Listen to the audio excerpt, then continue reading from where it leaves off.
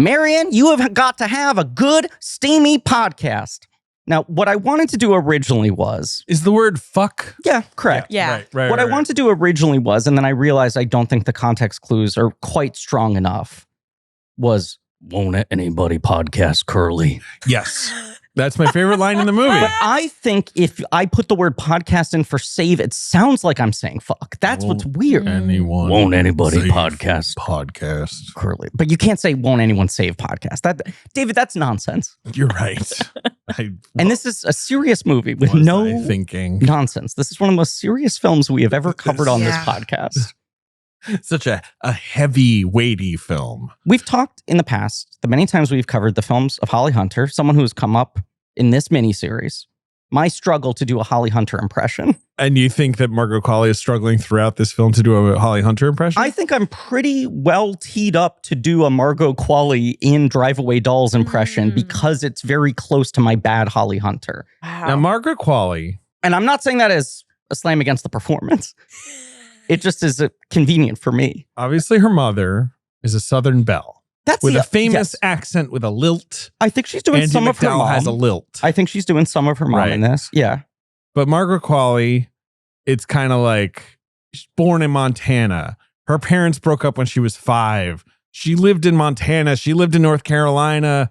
And then like they split up and then she moved to Asheville. So she's got a lot of Southern in her. Yes. But she don't talk like this, I guess. She doesn't. I guess in interviews, she's not like, well, yeah, park my keister and, in the audition and I got it. Like, she doesn't talk like No, she doesn't pretend to. Right. No, I do think she's doing a bit of her mom. I do think she's doing a bit of Holly Hunter. I'm not the first one to make this. Do you know where I'm going with this? I think I have a sense. Does it start with an S? 3, 2, 1. Sandy Squirrel. Cheeks. Yeah. Yeah. Yep. Sandy from SpongeBob. See, okay, right. So I don't have like the appropriate amount of SpongeBob like sort of awareness. That's a perfect example of the minor age difference between you and I is missing the SpongeBob thing entirely. SpongeBob SquarePants. What's crazy is I'm younger than both of you, and I'm actually closer to David though because I did not watch SpongeBob at all. Now, but I do know Sandy for SpongeBob? I wasn't too late for SpongeBob. I know it's still a thing. I was kept from SpongeBob. I had crunchy granola parents that were like, it's gonna rot your brain. You can't do it. Could you watch any TV or was it all? I watched PBS Kids. So shout out to PBS Kids. So who should we be shouting? Obviously Daniel Tiger. Or were you too old for Daniel Tiger? Honestly, I don't know. Just look at the back of my phone case. I've got like what do we got so on many here? stickers on the back. Stickers? We've got cartoon stickers. We have DW on there, Cookie Monster, Hermit, etc. Dragon Tales. That was kind of my era. We got Arthur in the mix. I wish I didn't have room for him, but also representation for sisters of all kinds. DW is your DW, first pick. Yeah. So I'm going to talk about this far too often on the podcast. That sign doesn't mean anything to her because she can't read. Yeah. See, I know a lot of these through memes. You were not an Arthur kid either. I read the books when I was a kid, but I didn't have the show. Yeah. The show was maybe I was too late for it, or it was around. It wasn't a big like show for me. 96, Yeah, it was. I mean, it wasn't a also big show for me. it quietly has as many episodes as like Gunsmoke. It's got 493 episodes. No way. Yeah. What? I mean, I think the episodes are like 10 minutes long, but they kept going. They only ended it very recently. I did not realize. They were 22. Yeah. That's the other thing is it was weird. Arthur got hit by a car, just dies, and they're like roll credits. You joke about this. My little sister Romilly was obsessed with Caillou. Oh man, the French Canadian animated show that was another PBS Kids staple. That was her favorite show. It's the little boy who looks bald. like he's bald. He's got a little like sort of. He's got a hat missing a propeller, but it looks like a propeller belongs on top of it. Yeah, it's the most gentle, conflict-free show in the world, which my sister always really wanted that. Like Peanuts and Arthur maybe sometimes got a little too intense. Oh, yeah. And Caillou. And there was one day my dad woke us up and he was like, we have to do everything we can to make sure she doesn't see this. And it was on the New York Post, the voice of Caillou had been hit by a car. Oh my God. Oh my God. But the image was like the face of the voice actor and the cartoon character and the car. No. Where we're like, even if she can't read this, she's going to ask follow-up questions. And we have to shield this. That's so it was awful. It was like Arthur. Yes, she was the second voice of Caillou. Yeah, there we go. Wow. And she was hit by a car. That's very sad. She died very young. Wow. And she was replaced, of course, by another Canadian French actress, Annie Beauviard. Okay. Just telling you guys what's going on with Caillou. I don't know why you guys are so hostile and furious. I thought it was Genevieve Bujold took over the role of Caillou. No, but Genevieve Bujold was isn't she the one who quit Star Trek Voyager a week in or whatever? Oh, yeah. I think that's right. Right. Like it's like supposed to be Janeway. She was cast as Janeway. I don't know if you're a Star Trek person, Maya, probably not. I'm not. Another great famous French Canadian actress. Okay. And there's like stories all over the place, but I think that the sort of settled version is basically like everyone was kind of nervous because it wasn't going that well. And they started stressing to her like, it's a lot of work. Like this is a big commitment. Star Trek, like you're going to have to do this all year. Like, and she was like, maybe I want to quit. And they were like, oh, fuck. No. You want to quit? God. Shit, you should quit. Go away now. We're casting Columbo's wife. She was pushing them to do every line of dialogue 2 ways. Right. We got to translate it. And they were like, that's going to double the running. That's crazy. It's just because it was it's crazy that they recast their lead. Yeah. She left 2 days into the filming of the pilot.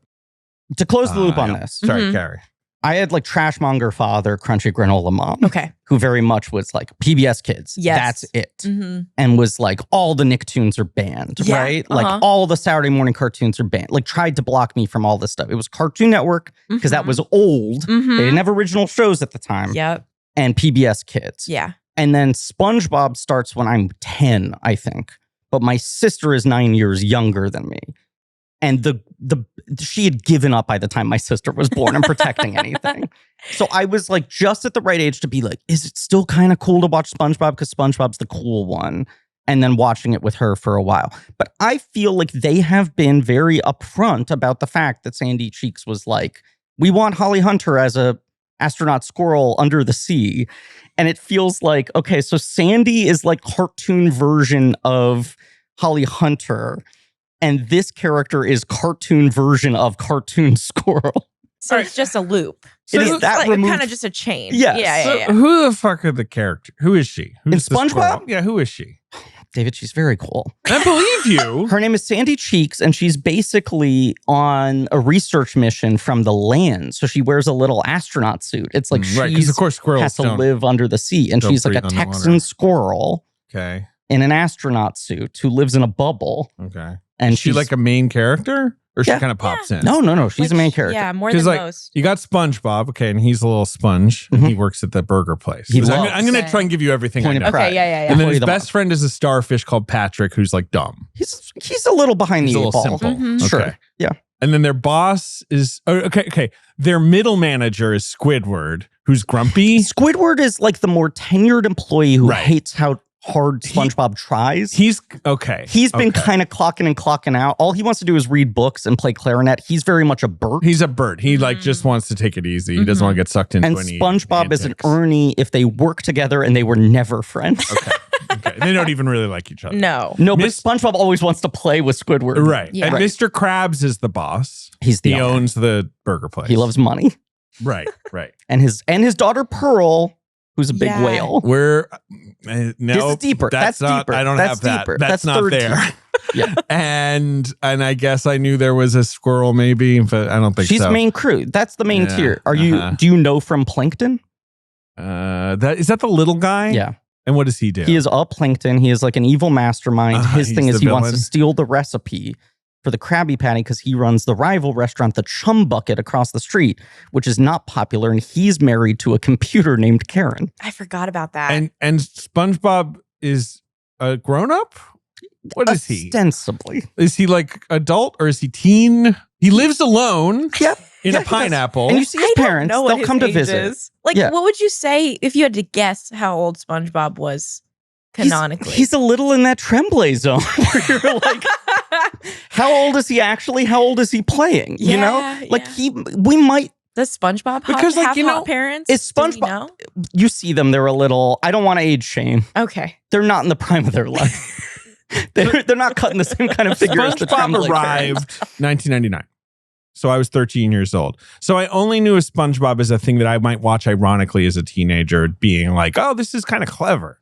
But like, obviously my era of clever cartoons was your Ren and Stimpy and Real Monsters and Rocko's Modern Life and all that. And all of those were like, Gen X cartoons about like how boring it was to have a job. Yes. You know, like I loved Real Monsters because it had monsters, but like the people who are making it are like fucking wage slavery. Right. You know what I mean? Same with Rocko's Modern Life. And they were getting like underground cartoonists and indie comics and whatever to make these shows. And then SpongeBob, it feels like does have the same thing of like, it sucks to clock in and clock out of the burger place, but it's a little more silly, a little more kind of cute. And the thing is, SpongeBob loves it so much. Right. He's a cheerful guy.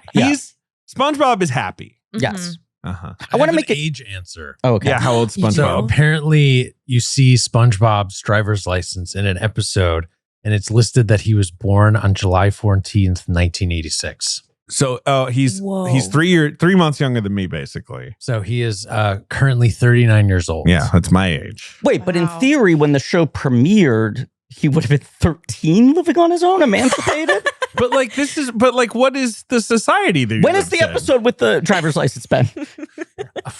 It doesn't matter. There's more information about SpongeBob but I mean, like, he doesn't live in America. He lives under the sea. he lives in a pineapple under the sea. Right. So it's like, what's the government? 13 years old, you can get your driver's license. Maybe you can. Yeah. Like, is there a president in SpongeBob? Like, is there a, how high does this go? There being a president. I feel like there's a mayor. So it was Bikini Bottom. It was featured on Sleepy Time is the name of the episode, and the air date was in 2000, January 17th. So pretty early. He was 14 years old. So the mayor apparently is like a big green fish. Yeah, sounds about right. Okay. Yeah. What, you're talking about New York City? Go on. I don't know. Eric Adams is like a big green fish. See? Yeah. I feel like your satire cannon kind of went slowly. Off. Like misfired. Look, this is Blank Check with Griffin and David. I'm Griffin. I'm David. It's a podcast about filmographies, directors who have massive success early on in their careers and are given a series of blank checks to make whatever crazy passion projects they want. And sometimes those checks clear and sometimes they bounce baby. In a way, this is one of the blankest checks we've ever covered on this show. Well, I was going to say, then they clear and then they bounce and then maybe they evolve into, some new phase of their careers separate from each other and start to do even crazier passion projects. But this is just permanent revolving line of credit, right? This is, you're Ethan Coen. In any form, will basically follow you to do anything you want.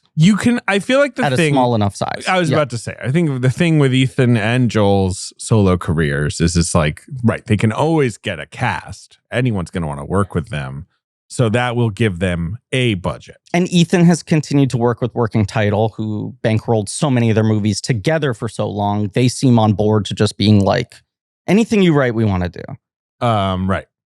But this has been a miniseries. This continues to be a miniseries on the films of Joel and Ethan Coen together and separately, sometimes with their wives. It is called Pod Country for Old Cast. And today we're talking about Drive Away Dolls / title I don't know if I can say. Henry James's Drive Away Dykes. David said it. He went for it. And when it was announced, I feel like it was announced as Drive Away Dykes, and it was like, what was the No Strings Attached was called like Fuck Buddies, and they were like, we're calling it Fuck Buddies. We're not budging on that. We're putting asterisks in the title. It's called No Strings Attached. Or it was the other one. I can't remember which one it was. No, it was that one. What's the other one called? The other one is Friends with Benefits. And that one's bad. I agree. I like No Strings Attached, which is the good one. Don't like that's the Liz Merriweather, fucking Ivan Reitman, and I don't like Friends with Benefits. I have to every time. Is that the one with Mila Kunis? Mila Kunis and Justin Timberlake. Okay. Yes. And versus various other people. Ashton Kutcher and Natalie Portman. Right, but but No Strings Attached has like Greta Gerwig. It has a fairly robust supporting cast. Mindy Kaling, Guy Burnham, Carrie Elwes. Of course. Kevin Kline is really good in No Strings Attached. Kline's there. Looks like Jake Johnson showed up and Ludacris. Jake Johnson and Ludacris are Ashton Kutcher's friends. What? They're his... Dude, I don't know about this. Whoa, how many strings are attached to it? This is a thing we've really lost in the death of the studio comedy and especially the death of the studio rom-com. Well, that, but also specifically the casting of the best friends. Yeah, man. Just be like, okay, we need 3 guys. One of them should be a musician. At least one needs to be a person of color. Never hang out with each other. Maybe one should be gay. 25 years apart in age. Right. But all have a little juice in different areas of the industry. Because have you seen either of these movies, Maya? And we haven't introduced you. Well, hello. And also, how do we introduce you? Oh, yes. Should I say our guest today is mxmtoon? That's perfect. Okay. That's great. But you can call me Maya because Okay. it's wordy to be like, so mxmtoon, what did you think about the Drive Away musical Dolls? artist mxmtoon, who we will now be socially. Yes, perfect. If you've granted us curly permission to use the familiar name. I grant you familiar permission. Thanks, Maya. Absolutely. Welcome to the show. Happy to be here. Thanks for having me. We really appreciate you being here. So no strings. Friends with benefits. Have you seen either of these movies? I've seen Friends with Benefits, and I remember distinctly being like, this movie's ass. Like, this is a bad movie. But I don't know if I've seen No Strings Attached. Now, Friends with Benefits. It's a Will Gluck joint? Yes. Written and directed? I believe you're right. But that was the one that was, I think, PG-13, right? Like, it was trying not to be... I think that one's R, and the other one's PG-13. Am I wrong? Let me find out. Okay. I mean, there's only one way to find out. It's a fast... me Googling. Yes. But Friends with Benefits was R. No Strings Attached was... also R. Okay. 2 R's. I give him credit. Yeah. So Friends with Benefits had Jenna Elfman, Nolan Gould, Brian Greenberg. It did have Richard Jenkins, Woody Harrelson, and Patricia Clarkson as parents. And apparently Emma Stone swings in. I guess that's probably a sort of Timberlake's Will Gluck ex. She dumps him at the beginning, and I think Sandberg is Mila Kunis's ex. Sandberg shows up. I assume that was a kind of a Justin favor. But those are the breakups at the very beginning that lead to them creating the arrangement. Gluck had just done Easy A. He's cashing the Easy A check. And then he moved on to do Annie, Peter Rabbit 2. It's a weird career. And then Anyone But You, which was a hit. Yeah. And starred a person that everyone's normal about, Sydney Sweeney. Yeah. And a movie that has actually historically bad best friend casting. I mean, that movie is so bad. I'm sorry. It's as awful. much as I was rooting for it to save our rom-coms and all that. Like, that movie stinks. We saw that like 5 days into its release. So the opening weekend had bombed. And it was before the second wind started, where it just inexplicably became a hit. And we went with a bunch of friends and we're drunk and we're like, look, we got to support this thing. Right. We were like, this thing sucks, but like we're always bemoaning the lack of studio rom-coms. And let's just have fun watching this. Mm-hmm. And then we were just sort of like, well, that was a good experience of a terrible movie in a weird crowd. Well, we had a really weird experience. What was going on that made it so strange? There was a woman with Tourette's in the theater who kept saying the N-word. Oh, it was the craziest movie. It was the craziest thing. Wow. Our friend Fran Hoffner said this is the least real thing that has ever happened.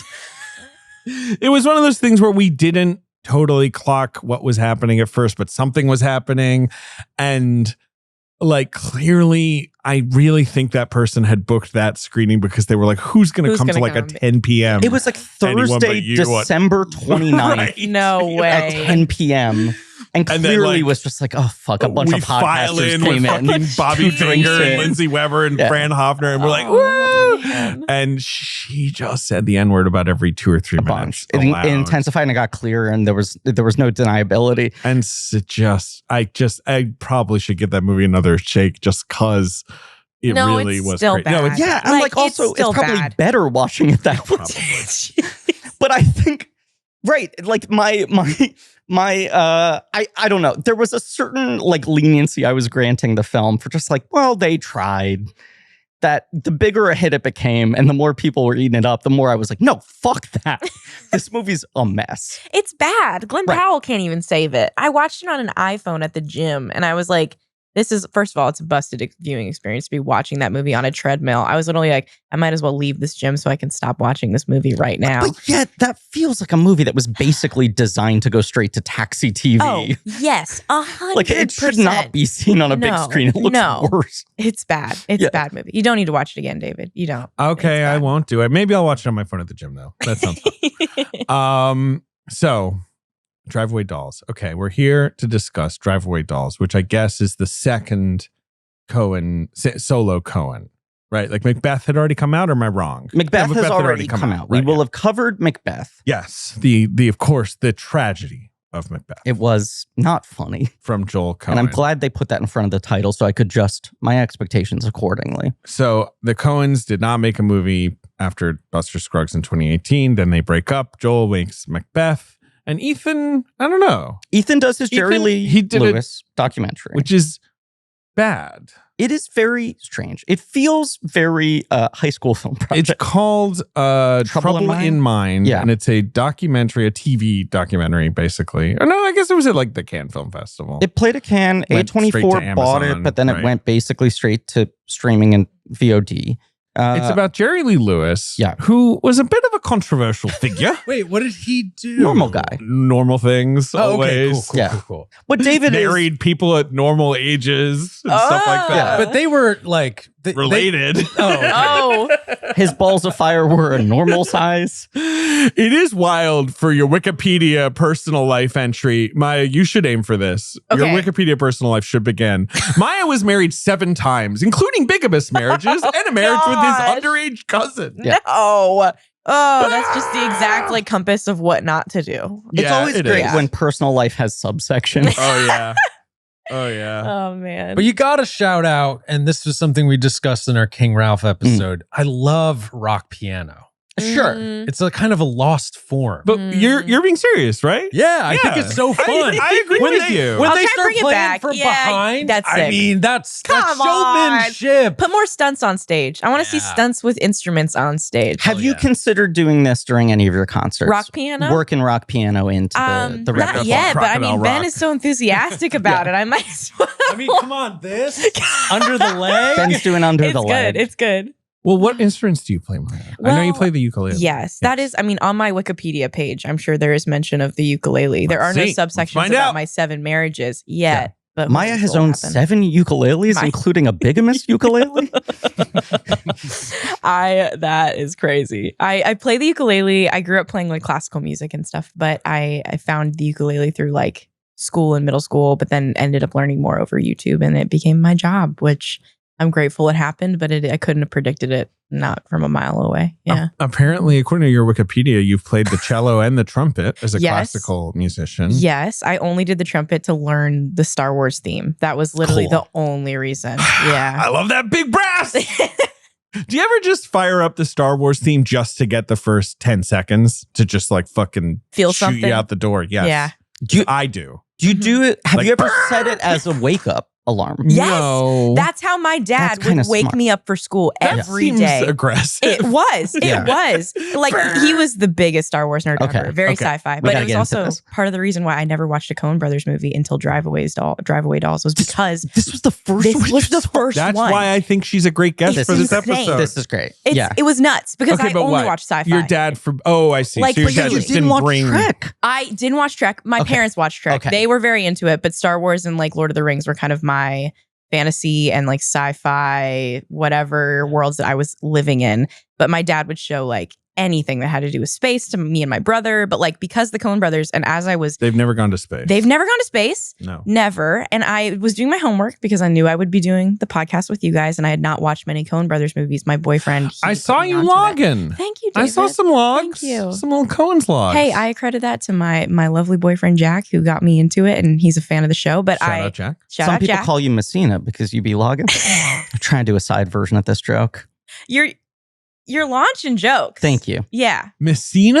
Loggins and Messina, they were a duo. Kenny Loggins before he went solo. It was Loggins and Messina. I didn't know that. The best part of the joke is when you explain it. Yeah, that's I've when it always gets said. really good. I've always said. Yes. I'm gonna just. Jim Messina. He was from Buffalo Springfield. There you go. I'm looking I back. think was the best their part of the song, joke is when you David? defend it. Loggins and Messina? Yeah. What was their big song? Yeah. Not just explain it, but defend that you were right. There's to do multiple parts. Mhm. Yes. Let's Mhm. see. It looks like Your Mama Don't Dance was one. Well, let me put him into Spotify and see what the top song is. Did That they could be do? Am I wrong in thinking Loggins and Messina did Danny's song? Yes. I think Even he's right. though they ain't got money. Yep. I think that was Loggins and Messina. I think you're right. I think Messina was in the picture at that point. What happened to Danny? You got to listen to the end of the song.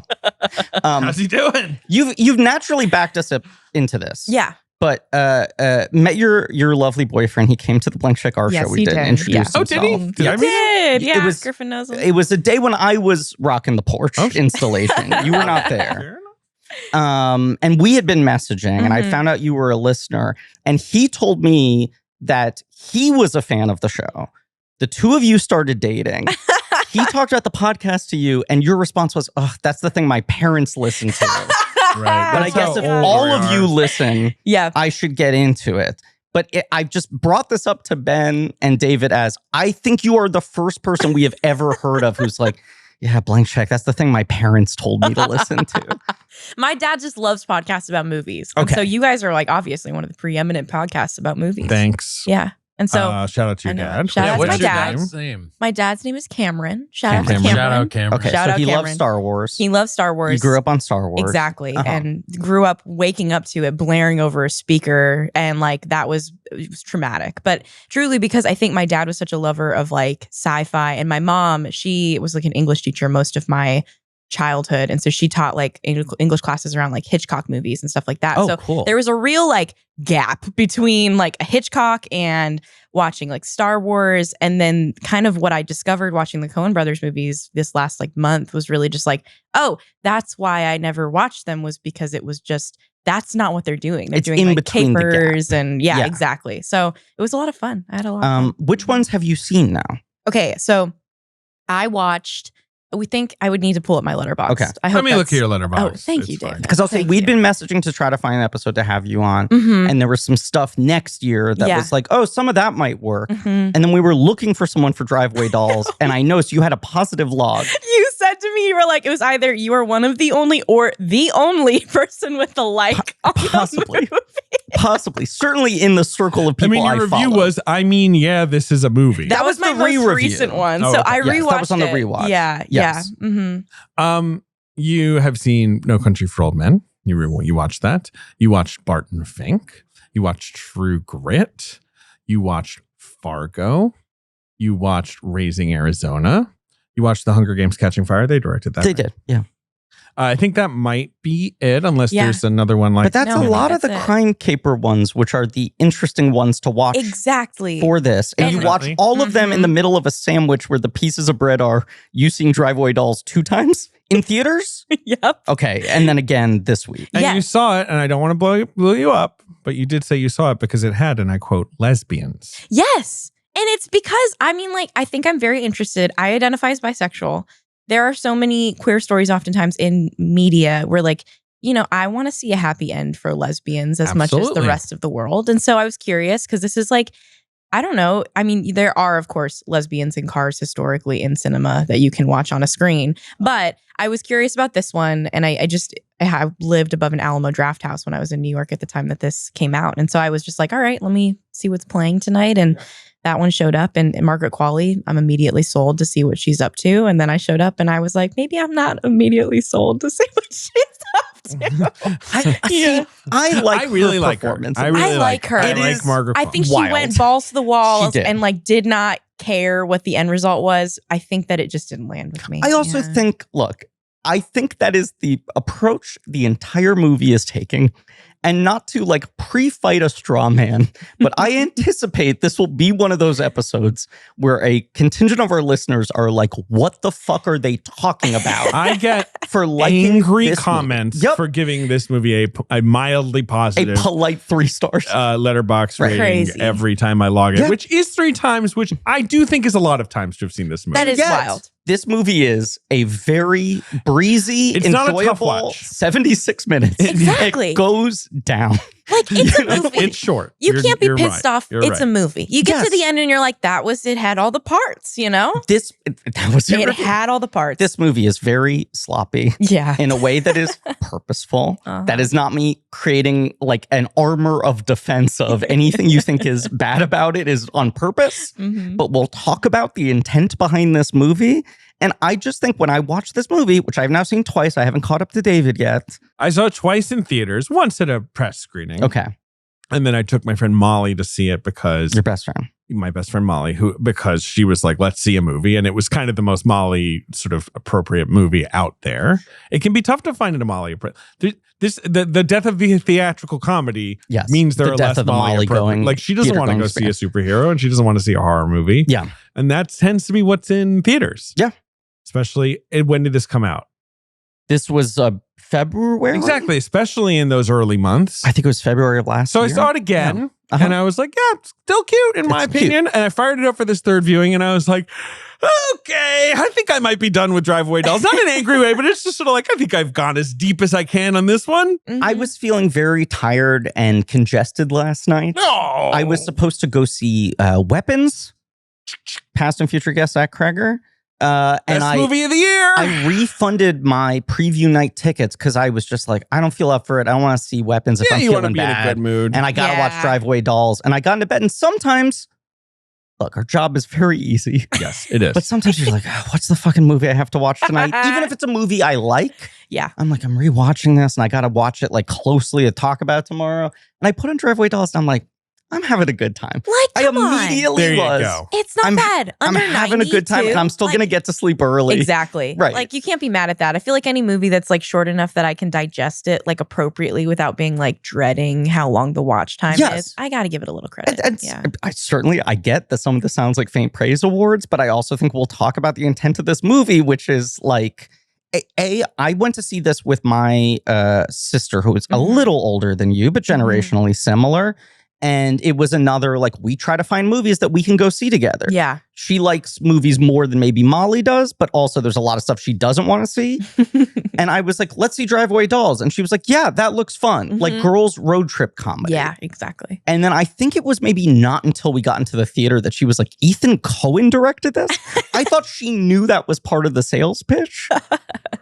But she was like, well, that's incongruous with what I thought I was going to see, which is I thought this was a movie made by like a 25-year-old. Like someone just out of film school. It does feel like that, I think, in a lot of the ways, which is kind of part of its charm. Is like, I think that the wackiness of it it's obviously very intentionally supposed to be sloppy. And I think that is why I liked aspects of it. But it's also, I feel like it's Achilles' heel a little bit in a lot of ways. We will crack open the dossier momentarily, but I think about Connor Ralph, our friend, on our Lady Killers episode, kept making the joke how Lady Killers, what is basically consensus viewed as their worst film, is the first movie in which the Coens both got credited as director because of weird DGA rules. Okay, I heard about this. Yes. And because you guys, did you talk about it on another episode? Yeah. Yes. Mm-hmm. So they don't start actually being co-credited as directors until Lady Killers. Huh. And every slam of Lady Killers, Connor said, but you have to remember this is the debut film of a new filmmaking team. So for a first film, it's pretty good. Mm-hmm. And I do feel like despite all of Ethan Coen's experience and pedigree, this is like a debut film of a new team and a new register, right? Like this is him trying to do something, even though it has a lot of shared DNA with especially the Coen crime caper comedies. It is very much the start of a new thing. That is continued, and we will see how long it goes on for, or if roads re-diverge later. David, do you want to crack open the dossier? Yeah, so Drive Away Dolls. So it is, you're right. It is Ethan Coen's feature filmmaking debut in a way, but it's not really. He'd actually made all those other movies with Joel. The point I want to make here is he has been very upfront the entire time of like, she co-directed this movie with me. She Tricia cannot Cooke, get that credit because Too the complicated. DGA, she's not a member, and I'm already pre-established as part of another team. But much like the early Coen's films, it is written by both of them, produced by both of them, directed by him, edited by her. But he's like, we did everything together. Tricia Cooke grew up in Southern California in a town called La Mirada. But since no one knows it, she usually says she's from Whittier, which is where Richard Nixon is from, of course. Got it. Born in a somewhat conservative community, but around the age of 15 or 16, she realized that she didn't like boys. And then she attended USC as a theater major and then went to grad school at NYU, where it's easier to frequent a lesbian bar, perhaps. Yes. And date other women. And she tapped into queer scenes and experienced her queerness in full ways. And at NYU, she remembers that Joel and Ethan came to screen Raising Arizona. And she remembers that she and her friends were not interested. What'd they go to see instead? Koyaanisqatsi. Boom. Which, of course, is a movie that I love very much and that we've covered on this show. This is a little different from Raising Arizona. Less dialogue. A little bit less talky. But after her graduation, she sought a job in the camera department on Miller's Crossing, which was the third Coen Brothers movie. She's like, I wasn't a big Coen Brothers fan, but I needed a job. At NYU, she trained as an editor. But it's the kind of classic, you're out of film school, you've trained a little bit in everything, you're looking for any position you can get. She gets the camera position and has the boldness to sort of make the play to get into the editing room. And because, she's working on, once she's in there, she's like, if you have any room, it's like an apprentice in the cutting room. And the Coens are like, yeah, we'll make some room for you. And she works as assistant editor on Barton Fink and Hudsucker Proxy. She's an associate editor on Fargo. She's a co-editor on The Big Lebowski. Oh, Brother, Where Art Thou? And Man Who Wasn't There. Of course, the Coens are essentially their own editors at that point under the pseudonym Roderick James. And soon after they met, Ethan expressed romantic interest in Tricia Cooke. And she told him, I'm a lesbian. I'm not interested. Mm-hmm. And that's the end of the story. They never got married or made a film together. No, they got married in 1993. Their marriage is non-traditional. They're very upfront about it. Mm-hmm. She has a partner. Ethan has another partner. They've been in this dynamic for over 20 years. They have 2 kids together. Mm-hmm. She said that it was like, she was very upfront with him. They continued being friends. And then at some point, to her surprise, she started developing romantic feelings. But obviously, it is a multifaceted thing. Ethan's line that jumped out to me is he said he applies the Alfred E. Newman philosophy to it, which is what me worry. That is correct. That is how he explains his marriage. They have a son named Buster Scruggs and a daughter named Dusty. And so she slowed down once they had kids. She raised the kids a little bit, blah, blah, blah. Started writing more. And essentially, whatever. She's sort of like got like a bit of Coen's. She obviously like works with them and all that. Like she's got a little bit of the Coens in her, but she's got other interests that they don't really explore. Not a lot of queer characters in Coen brothers movies, period. Right? I mean, Miller's Crossing has like, closeted I was characters. Gonna say, there are a lot of coded, closeted. But yes, like it's not territory they've really dipped their feet in too much. No, it's another quote in the dossier that Ethan says, I'm dumb and straight and she's fun and queer. Right. And Joel and I could never make a movie like this because we're both dumb and straight. She worked on a documentary film called Where the Girls Are about the Dinah Shore weekend in Palm Springs. It's a short I've been trying to find online. I've never seen it. Yeah. She came up with the idea for Drive Away Dykes with her friend Mara Molina when they were drinking at a bar. In the late 90s. Early 2000s, but yes. Yeah. Wow, that's really all they had. Yeah. But this screenplay, she, starts working on it with Ethan. They like the title. They were like, we'll just do like an exploitation movie, right? Like, we'll just do like, what kind of movie would have this title? It's also really funny where he was like in interviews, he was like, we want to make our like queer homages to like Roger Corman movies, even though neither of us have seen a Roger Corman movie. And then Trish Cooke's like, I've seen Roger Corman movies. Or not Roger Corman, I'm sorry, Russ Meyer. And then she was like, but I think in a way they're more homages to like Doris Wishman. And Ethan's like, even though we've never seen Doris Wishman, and she's like, I've seen Doris Wishman. The Jamie character in the film, who is played, of course, by Margot Qualley, is sort of Tricia's idealized, like, I wish I could be this liberated and sort of free-spirited and, go to the bar and just like connect with people and like be carefree and have sex all the time. But it's not her at all, really. It's more of a sort of like, fantasy hero. And then Marion is the more extreme projection in the opposite direction of the self-fear. This feels like an id ego movie. Right. Yeah. So they write this thing together. They write it probably in a similar way to the Coens brothers, where they're just like in a room talking to each other, typing, whatever. Yes. I think they write very similarly. And then they put it on a shelf. I never like trained as a writer. It's not how I primarily think of myself, but I had all these ideas and characters that were things that Ethan would never come up with himself. And he's so helpful with the dialogue and the structure. They write this together, and it's sort of talked about in a way very similar to their process of writing Barton Fink to get them out of the writer's block on Miller's Crossing, of Ethan being like, it's nice to be able to go off and do these side things. And like Ethan's written fucking poetry in one act.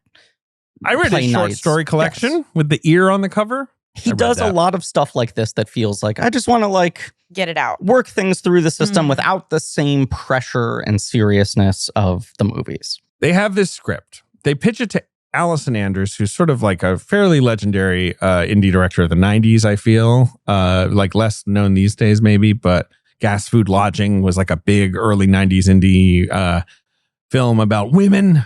Yeah. I think she is Mabita one of Loca, I'm trying to think. Grace of My Heart. few narrative filmmakers to get a MacArthur Genius Grant. Wow. If I am not wrong. She did get a MacArthur Genius Grant. Yeah. I'll tell you that much. They pitch it to her. They call it a naughty comedy. Mm-hmm. It is announced. Yes. Allison Anders is into it. Yeah.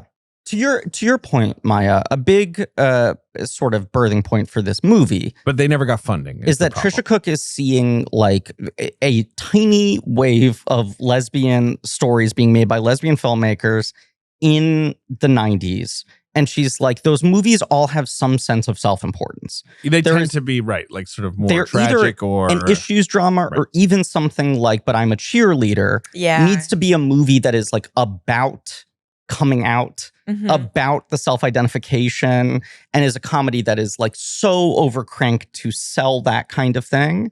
And she was like, where is like the trashy like 50s B movie where that's just the stated reality, where that is not the conflict of the film in any way. It is just the starting point for the world and the characters. The other thing is she's like going to NYU in the 90s where there are a lot of lesbian bars. There's a filmmaker, Alina Street, who I've worked with before, who's been doing this thing called the Lesbian Bar Project for the last couple of years. That's a documentary series about how much they have disappeared. Yeah. Where I think it's like low double digits for the entire country now. Jeez. And in the 90s and the early 2000s, there were a lot. It's one of the reasons why, even though it took 20 years to make this film, she decided we should still set it in 1999.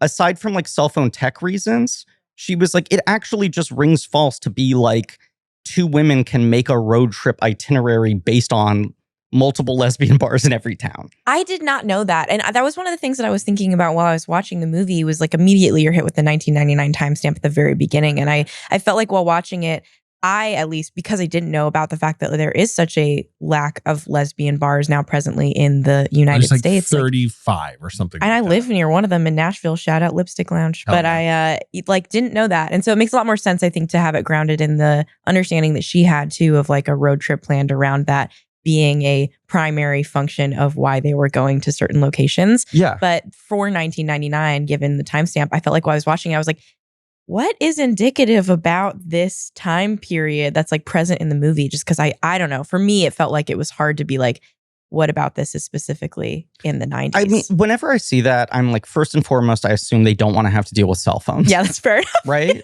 But the bar thing makes more sense. Totally. And I also think it's when she writes the script and it's when it's like this, I wish this movie could exist now. Exactly. Right? Yeah. And even when they're trying to like do it with Allison Anders and everything, they always talked about they couldn't get the financing because it was like... It wasn't tragic enough. It wasn't your, Mysterious Skin, a movie they love, which is sort of made around that time, Greg Araki. Now, Greg Araki made, more flippant films but before then. Very small budget. But at tiny budgets. Mysterious Skin was a small budget movie. They wanted a much bigger budget. Like, I'm sure Drive Away Dolls, at this version of it, cost, what do you think? Like, they say like 20? Yeah, it's $15-20 million. Yeah. Probably not that much then, but still, they wanted too much. And 2006 or 2005 is when Dirty Shame comes out, which is the last time he's gotten a movie made. And that was the only time he's gotten a budget like that in the modern era. Right. And he is like, I'd love to make another movie, but I'm not going to make a movie for $300,000. I'm fucking 70. So I think there was this feeling of like, even when they could get big stars attached, the studio didn't want to give them that amount of money for something that seemed kind of like a lark. And I'm sure there were stars who were like hesitant to do it. It just felt like circumstantially, this is not the time that we'll accept this film. Now, the boys make Hail Caesar and Buster Scruggs, their last two movies together. But to be clear, they put this movie on a shelf. Essentially, they just had they're like, we have 2.5 scripts, is how they described it, that we just kind of put in a drawer and said maybe the kids will find them. Honey someday. Don't, Honey Don't is the second script, and there's some supposedly a Go third. Beavers. It is called Go Beavers. Okay, cool. It might be a college horror movie. Fine. Okay. But yes. Now they would just mention, there's this trilogy of lesbian like genre films. Yeah, yes. Yeah. Honey Don't, which is obviously, by the time this is coming out, has been released and forgotten by society, is more of like a hard-boiled detective story. It still has comedy in it, but it is not as like light as this movie. I mean, it's still funny. It's still whatever. You'll see it. Probably. Maybe not. Maybe we'll skip that one.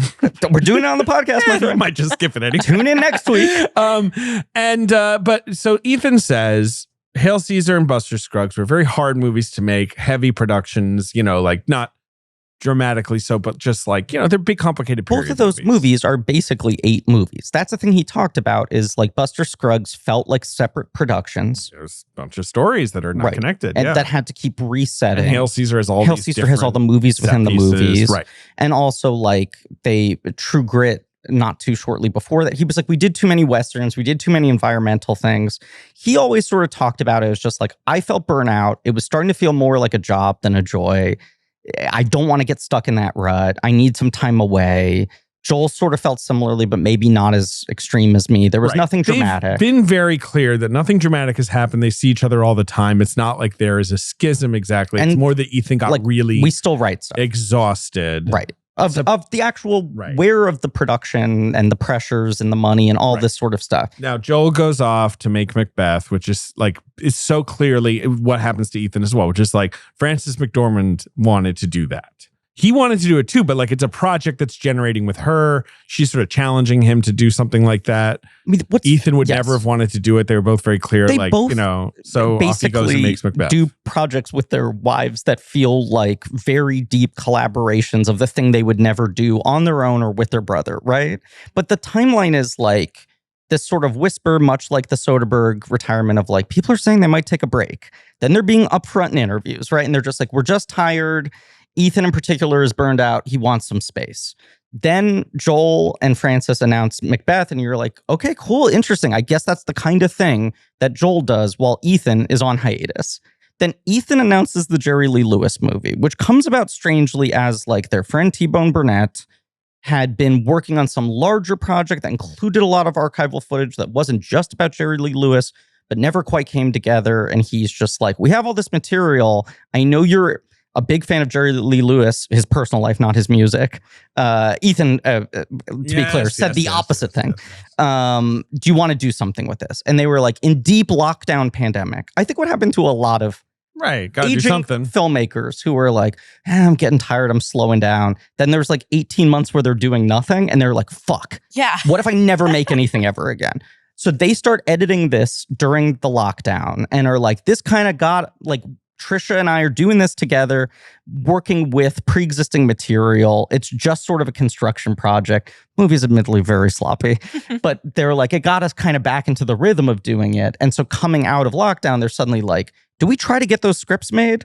So even though Ethan was the one who had sort of kickstarted the retirement, or at least the hiatus, now suddenly it's like, we've sold 2 movies and we're going to shoot them back to back. So they decided to keep it a period piece because, of course, they could have spruced it up, I suppose. When it was prepped in the early 2000s, it's just shocking to learn that Holly Hunter was considered for a role. Doesn't seem as was Selma Blair, Christina Applegate, Chloe Sevigny. I mean, we're just sort of naming actresses. People who make a lot of sense. Indie movies and stuff. When the project was revived, they cast Geraldine Viswanathan pretty much right away based on Blockers, which is a movie she's very funny in. You know what she's very funny in? Literally every movie she's ever done. Basically the most luminous, beautiful person in the world. Yes, I think I'm obsessed with her. She is one of those people who I just think is always funny without ever feeling like she's pushing. Yeah. Also, I never get over her accent. She's a babe. No, but I'm saying that she's Australian. I know. She's got a great accent. She has the most immaculate American accent. Wow. That's Australian power. They're always doing all the accents. But she's great in pretty much everything I've ever seen her in. But it is interesting that they cast her in this role off of Blockers, because in Blockers, she's sort of like the horny, chaotic one. And in this one, she's the straight-laced, fuss budget. But so she did audition for... she auditioned for Marion. Yeah, I don't know. Yeah, yeah. I thought the research threw me. I thought she was. Yeah, Margaret Qualley also auditioned for Marion. Okay. Oh, but they loved Geraldine, so she tried again for Jamie, and she got the part. Wow, crazy. JJ really finding gems here. I mean, what are you gonna do? They all auditioned and received the role. Beanie Feldstein, who's very funny in this movie, I think. She's great. Yeah. She had a great time making it. Matt Damon shows up for a day. Ethan had a great quote about Beanie Feldstein. What's his Which quote? he said, "There's nothing better than hiring a great actor and just telling them to play angry." Right. And I'm like, that is so much of the Coen's interest. Is someone they think is a skilled actor and then writing like pages of just furious dialogue. I bet that's so fun to It's be the always actor. fun. Yeah. They bring in Miley Cyrus and are like, so I don't know if you've heard of Cynthia Plastercaster, who is basically who she's playing. And she was like, oh, I'm very aware of Cynthia Plastercaster. And we were like, okay, great. So then she got it. But yeah, I think Miley and Damon basically are just doing like a day. I assume Pedro Pascal similarly, but they made his head. Yes. But this probably got like a lot of Domingo for a week or so. Yeah. Right. I mean, I don't know. Right. Everyone's just kind of dropping Damon and Pascal above the title, front and center on the poster. Miley Cyrus uncredited. Ben, you had not seen this movie before. No. I assume you are familiar with the Cynthia Plastercaster legend. Or did you not know about it before this movie? No, I did not. So the Miley Cyrus character is based on this real woman. The film is dedicated to her. Yes, she died the credits. in 2022. Yes, At the age of dedicated to 74. Cynthia Plastercaster, 1947-2022. We remember is the dedication at the end of the film. But she was this like infamous groupie. I put in very strong air quotes, person, where her signature was every rock star she slept with, she would take a cast of their erect penis. Yeah, Frank Zappa gave her a lot of money, but never got his dick cast. He really liked what she was doing, but he never did it himself. He's a real dang ass freak. Famously, Jimi Hendrix. Jimi Hendrix is maybe her most famous. I remember that. cast. Maybe Yes. Jim Morrison too. Yep. Jim Morrison got his dick out for somebody. Are you sure that guy? But it's I feel like every story about Jim Morrison is like, and then the concert ended early because he fucking got his dick out. took his Like, dick it's it's just all he ever the dick did. wanted to do a jazz set. Rock piano. Probably, Yeah. yes. Oh my god! I mean, I believe there's a famous museum in Iceland that is like a museum of penises, and I believe some of her most famous works are housed there. What do you mean? It's called the Iceland Phallological Museum, and it is the world's largest display of penises. Have you been there, Maya? No, I haven't been there, David, but I have heard of it. Yeah. is the Rasputin jar there? I don't know. There's the infamous Rasputin jar. I don't think it's there. Okay. I'll let you guess what's in the jar. Yeah, I need more wouldn't info. know, yeah. It is funny that they took so fucking long to kill Rasputin, right? Like the whole thing with this, like they shot him, they threw him in the river, they stabbed him, and he was like, "I'm still alive," and they're like, "Jesus Christ!" and then he's finally dead, and they were like, "Get his dick." Put it in a jar." Wait a second. They're like pushing him into the incinerator. Hold on.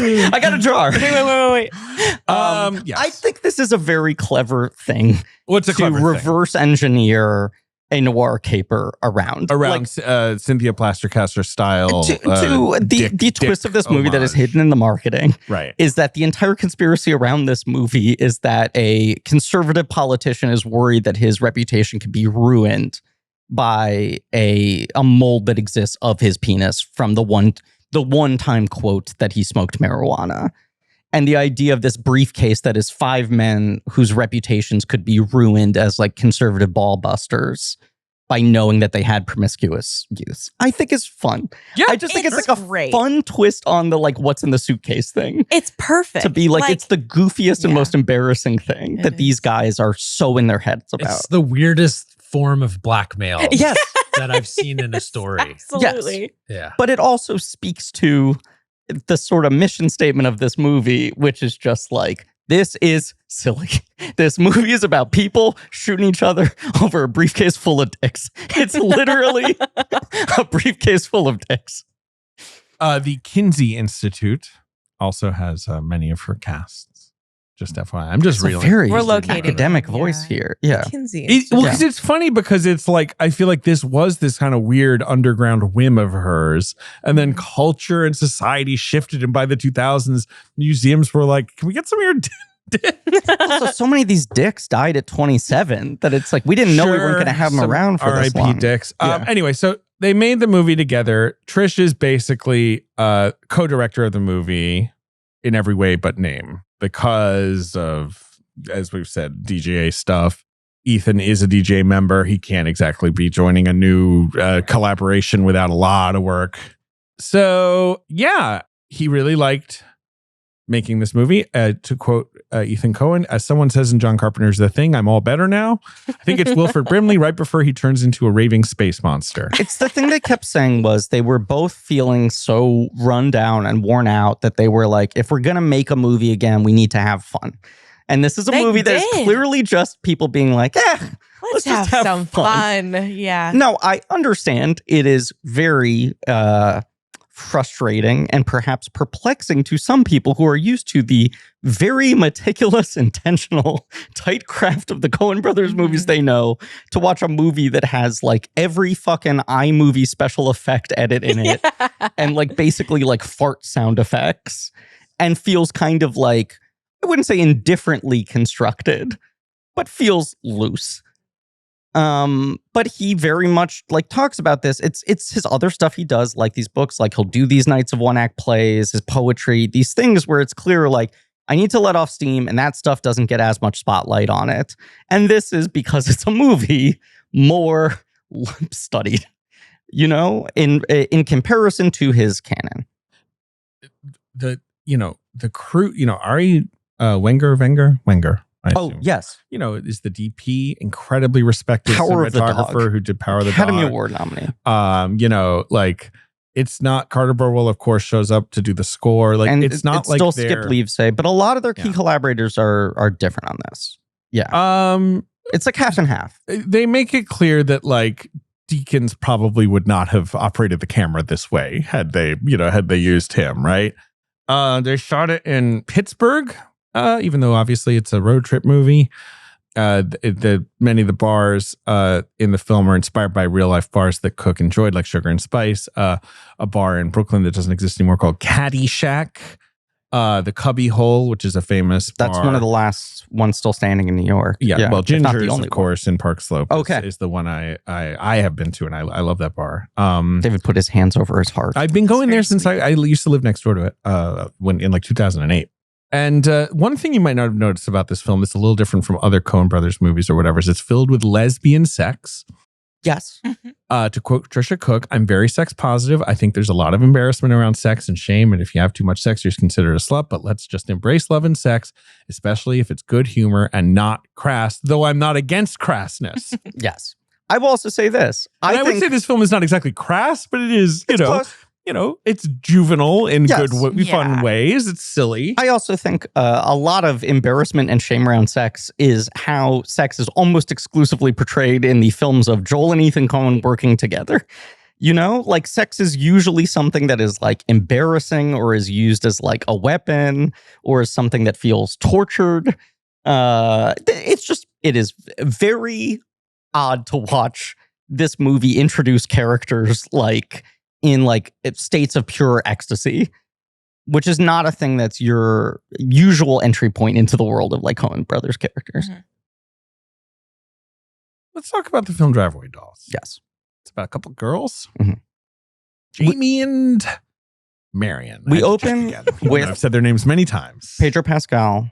We open with Pedro Pascal. In a gay bar doing full kind of like noir... Wait, is it a gay bar or is he just in a regular bar, but he's a gay man, which is why I thought it flips later on in the movie. I thought, you might be right. Yeah, you're right. I was really thrown because I've never seen that guy in a movie before. Who is he? I don't know. What's he up to? Can we talk about, because this is basically the start of the 2-year run of Pedro Pascal being in everything. He he's in a lot of things in 2024 alone. In 2025, he's taken a break and only been in 3 movies that came out within a month of each other or whatever. And then next year, of course, he will be in The Mandalorian Grogu, all over it, I assume. Yes, all in it. Yes, he's inside. And then he is maybe either the most important Avenger or has 5 minutes in Avengers Doomsday, whatever they settle on for that one. I just think there was this barrage of him getting announced attached to every single thing. Yeah. And even the amount of stuff he's dropped out of, like the aforementioned weapons, right? Yeah, because his dance card got too full. He was going to be the Brolin role, I assume. I find it funny, and it started with this film, that I kept being like, how does he have the time to do all these movies? And then other than Fantastic Four, the answer to every single one of those is, he's not in it as much as you think. He has been. It's true. Like Materialist, he's very much the third lead. Yes, like absolutely. At least screen time. And there. I liked him a lot in that. But like Freaky Tale's the movie that only I have seen. I know. I watched it. It's good, right? I thought it was okay. It bounced off me a little bit, but I liked it okay. I think he's really good. He's good in it. I think his section's kind of the best. It is. Yes. But that's a pure omnibus movie. Yeah, he's only in 20 minutes of it. Did you like him in Materialist? I liked him in Materialist. I think that I have like a lukewarm take about Pedro Pascal. What's that? I think maybe my take about Pedro Pascal is that I have a lukewarm feeling towards Pedro Pascal's performances in some of his movies. I really like him. I think he is like fun to watch on screens, but I would say the people in the movies that he has been in have been people that I've been more interested in watching. Maya, I completely agree with you. Thank you, I don't David. think I was he's nervous. been good in a movie. Period? Whoa! In a long Crazy. time. Okay.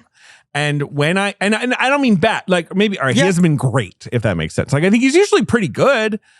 But when I ask people this question, and I have been doing it because he's on everyone's mind of what is Pedro Pascal's greatest performance, almost everyone says Game of Thrones, which I think is the right answer.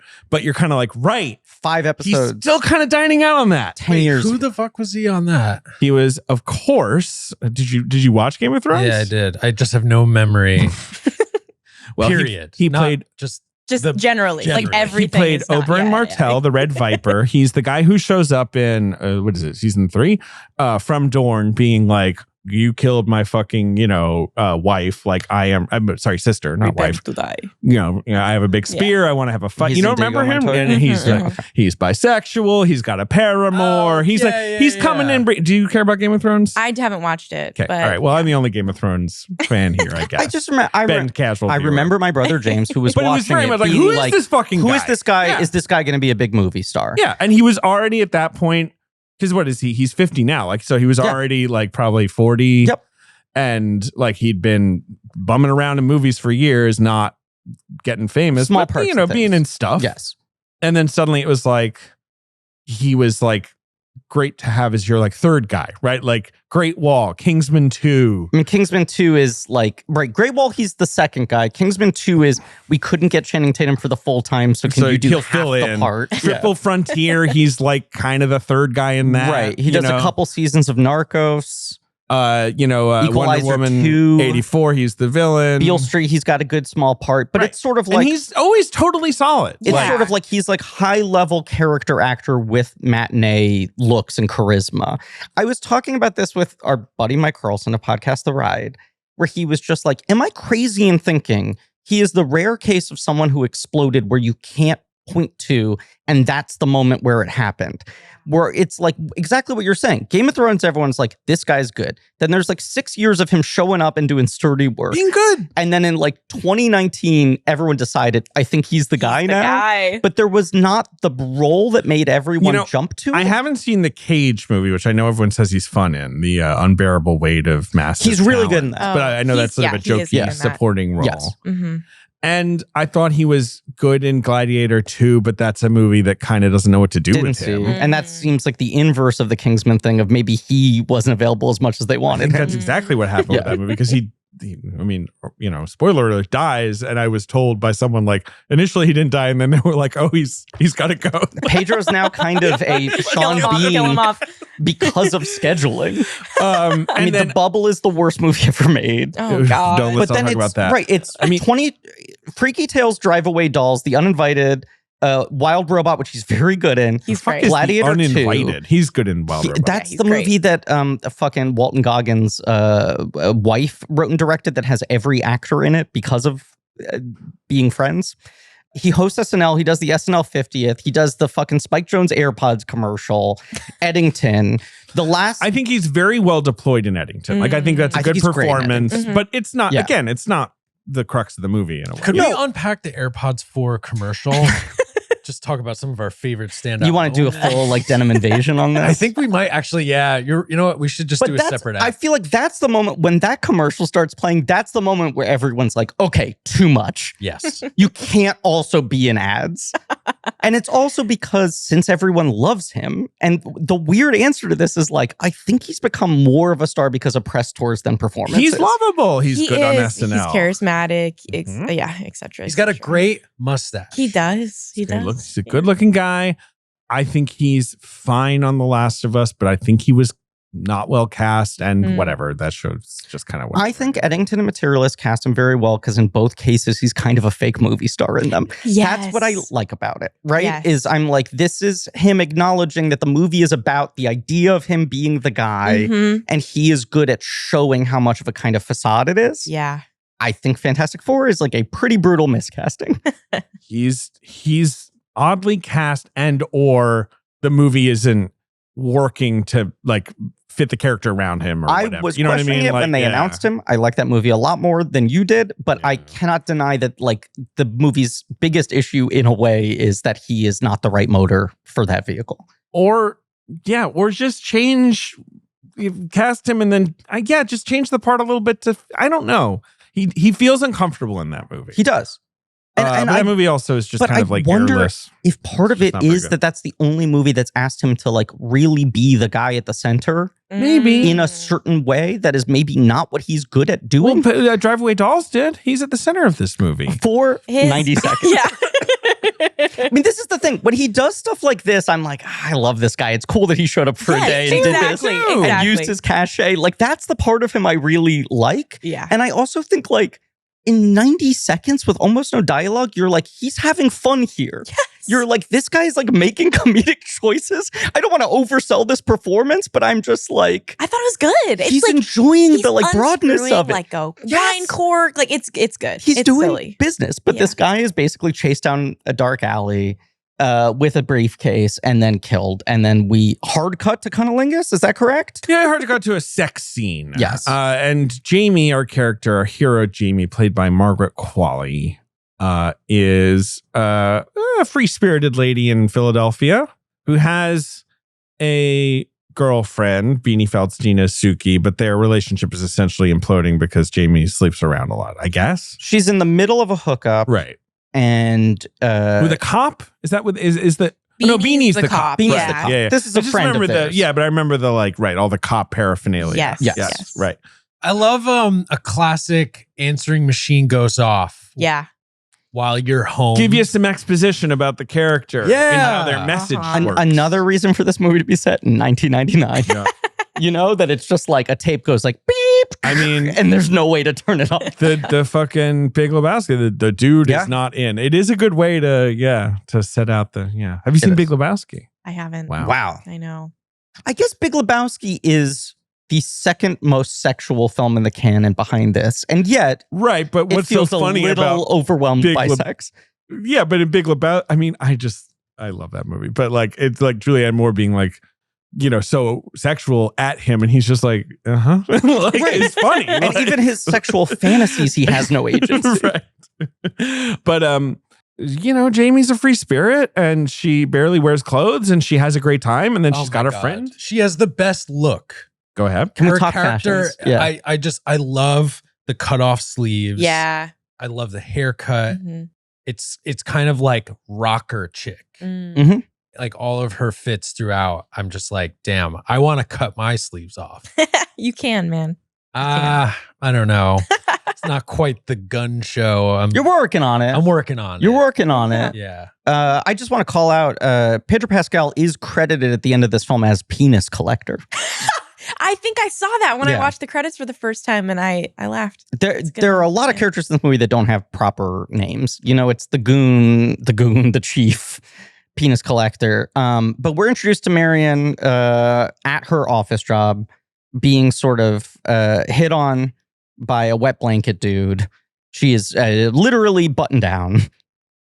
She dresses like office Austin Powers. Yeah, she's very overdressed. I think her intro scene is very funny. just her manner and the way of shutting the guy down and all that. I think if she has a fastball, a special move, she is better at doing high energy deadpan than almost anyone else.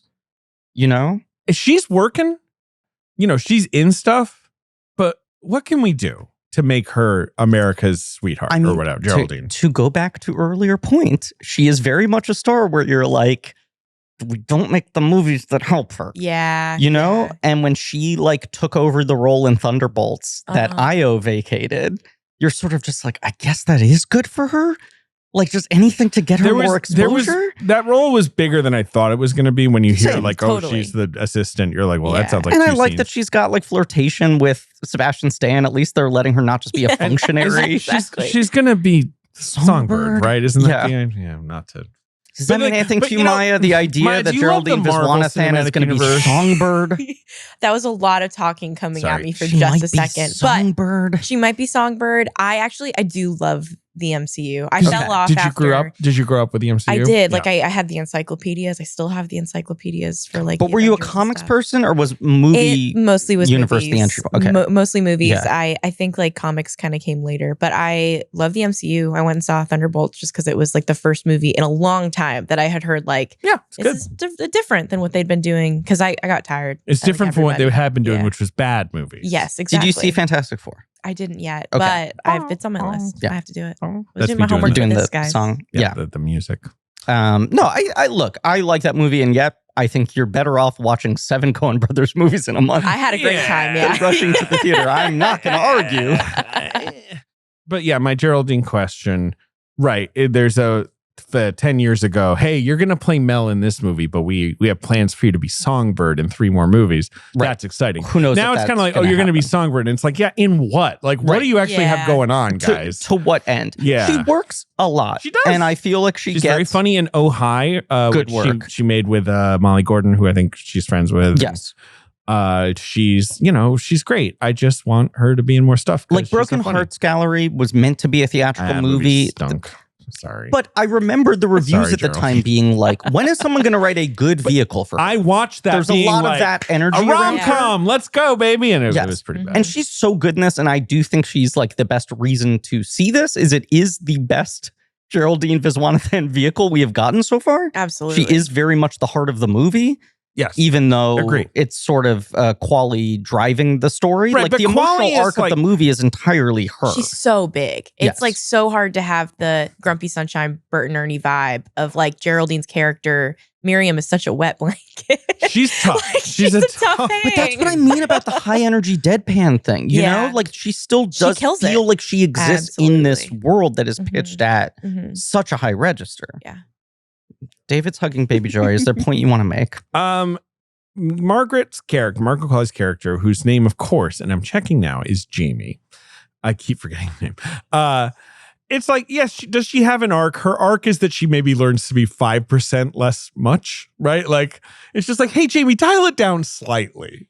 Sometimes you go a little overboard. She is, she represents my favorite Ethan Coen thing, which is the character who takes 18 paragraphs to get across a one-sentence idea. She reminds me of Walter in Big Lebowski, but in a positive energy way instead of a negative energy way. Yeah. Not just in that she won't shut the fuck up, but also in that she will start doing a plan without even checking with anyone. She'll fucking graffiti the car. She'll just sort of do stuff where you're why would you do that? That's actively harmful to what we're doing. Those characters are often a little evil or at least malicious and dark. And she's it's not. Like the she professor and lady killers and all these people. He's well-intentioned, but Nick Cage in Raising Arizona, who's similarly kind of this mischievous.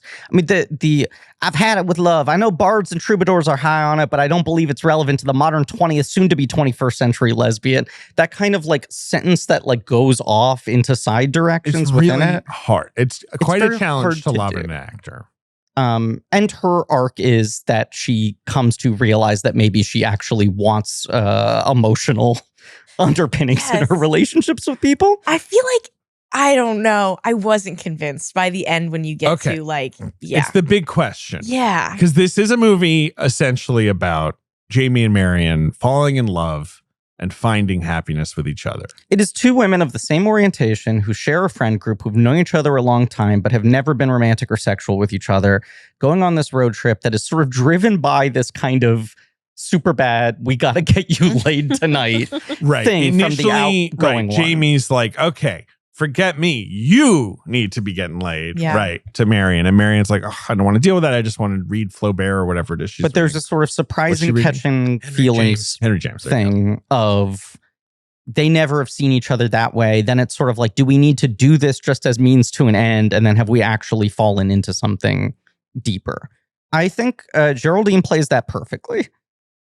I think maybe part of what we're getting at is that like the scenes where you need to be sold that Quali is going through the same kind of, or her own parallel transformation, are still her just monologuing, seemingly unaffected by what any other character is doing. Yeah. Would you want to marry Jamie? Not marry. Fine. Date Jamie. No. Like, be in a serious relationship with Jamie. No. No. I don't think I would. No, I think it'd be so annoying. I would want to hang out with Jamie, but Jamie nothing more. Great hang. Absolutely. Someone to be crazy with, and then be like, okay, Jamie, I'll see you in a couple of weeks. See you next week. Is there a slightly better version of this script where in the last 20 minutes, Jamie becomes a little more pulled back and Marion starts to be the one? Maybe. You know, like, yes, instead, do you sell that Jamie more if there's a transference of energy rather than them meeting a little bit towards the middle? I think so. Go ahead, Maya, please. Well, I mean, like, I was struggling so much while watching this movie because I feel like there's kind of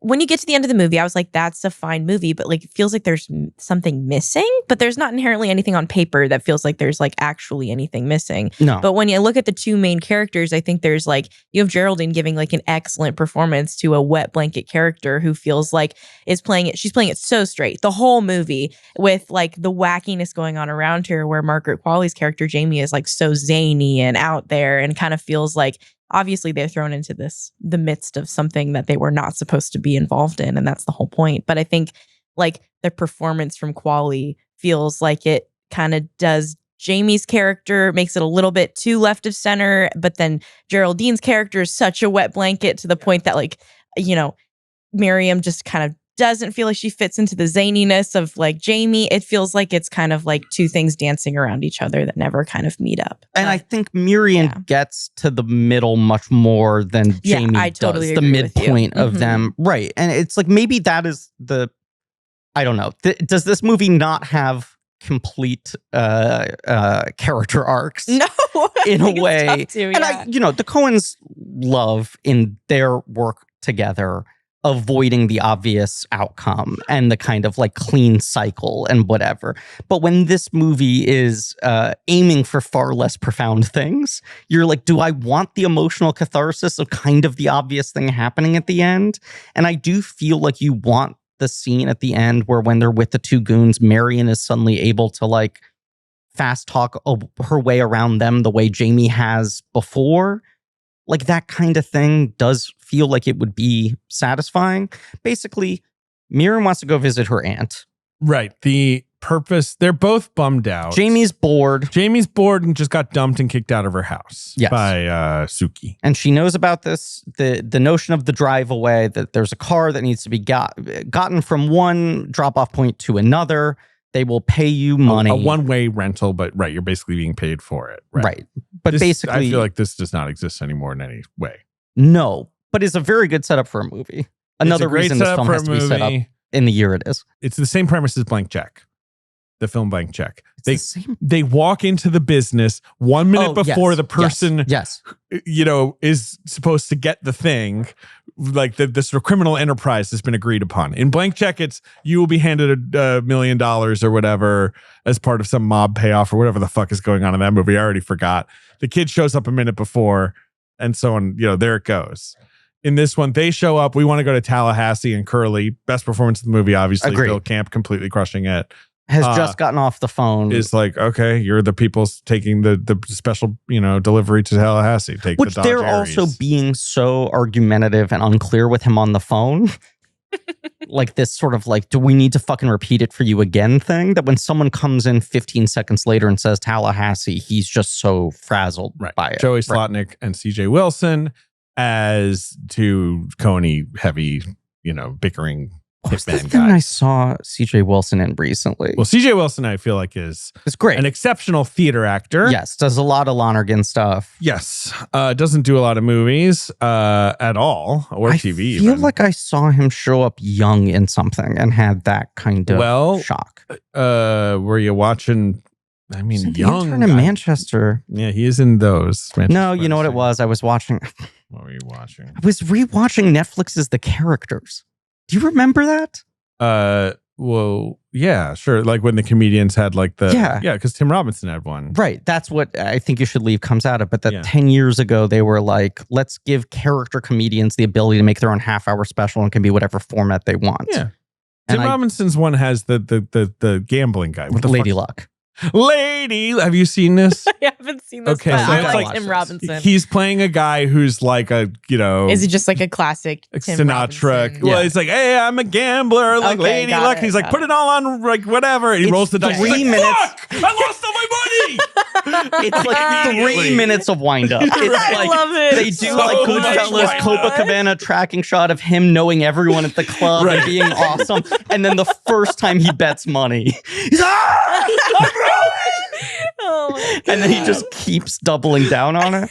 But this show was like a big flop. But his episode was so liked by comedy people. I love it. That like Lonely Island, some other folks were like, we'll back you up in doing a Netflix show that no one will ever watch. And that became a phenomenon. Anyway, he showed up in that.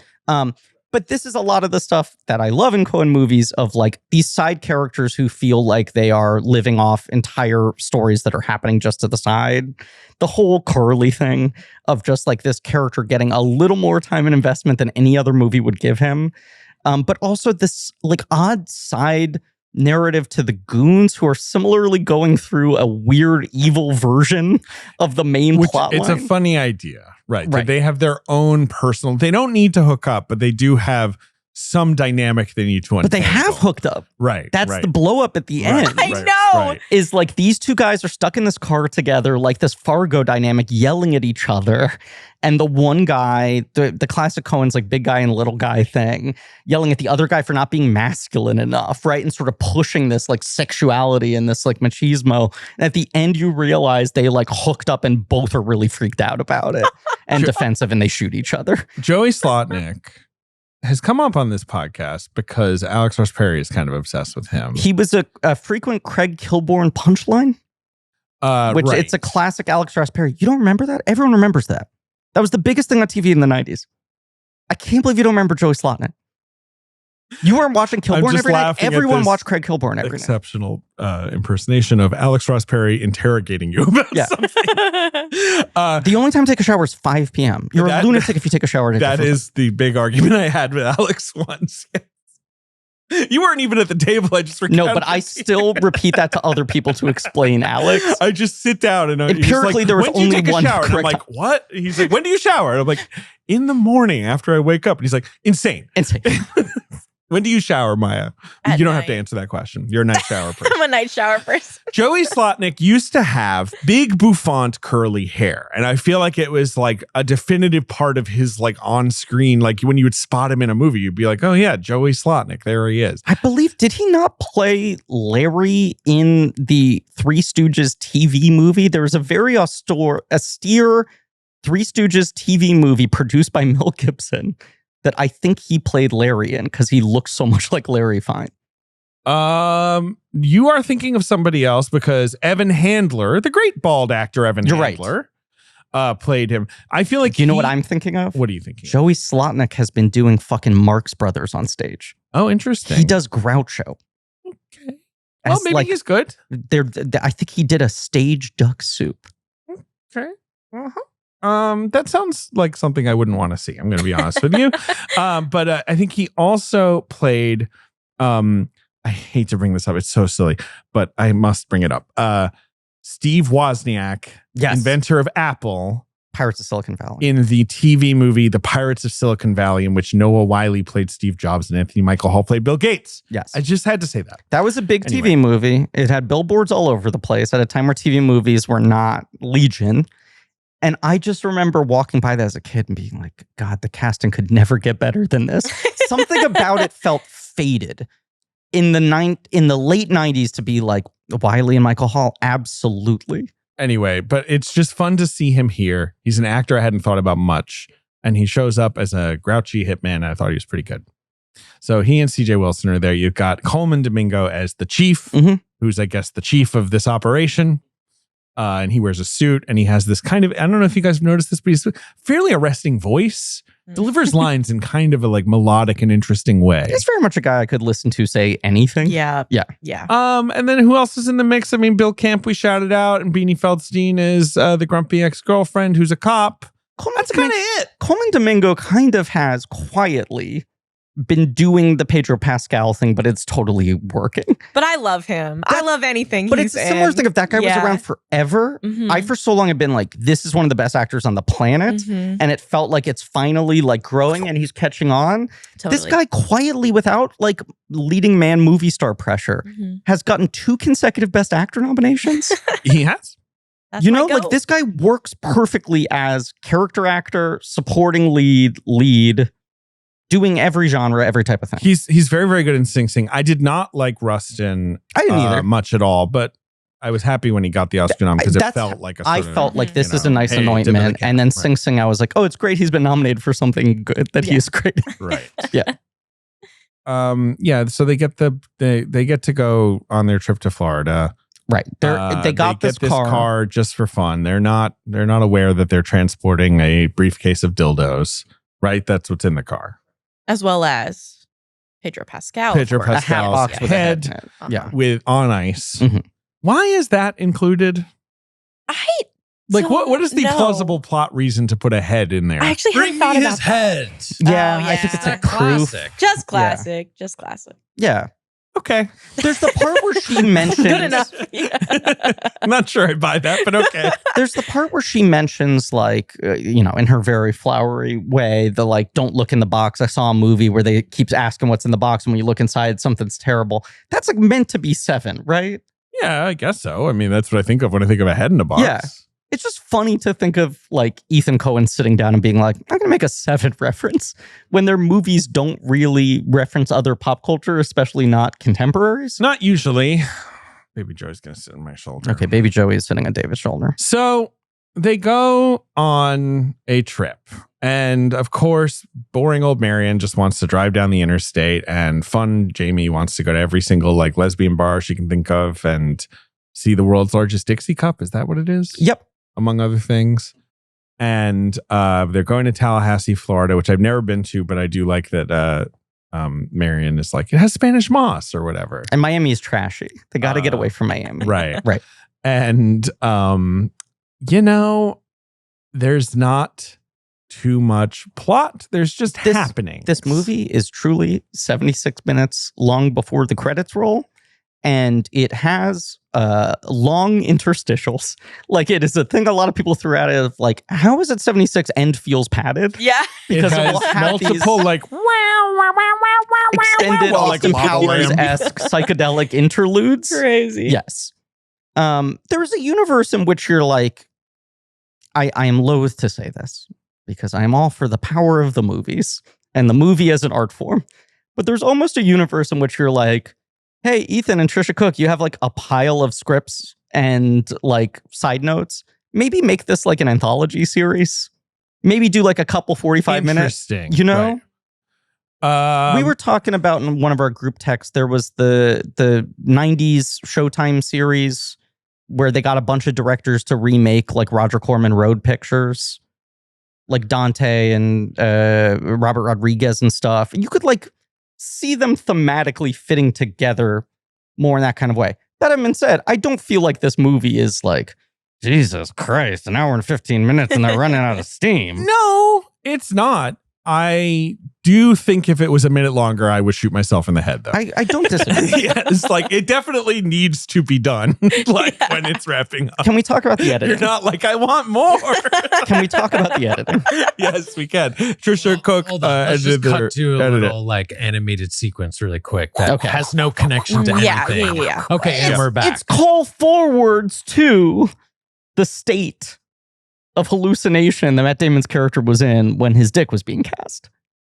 Yeah, because you start to see Miley Cyrus appear in those before her actual appearance. Yeah. That is the ostensible purpose of them. I guess I did not read that. It's why you need to watch the movie 3 times, Ben. It's a naughty text. Oh, I see. Okay. It's a naughty, layered text.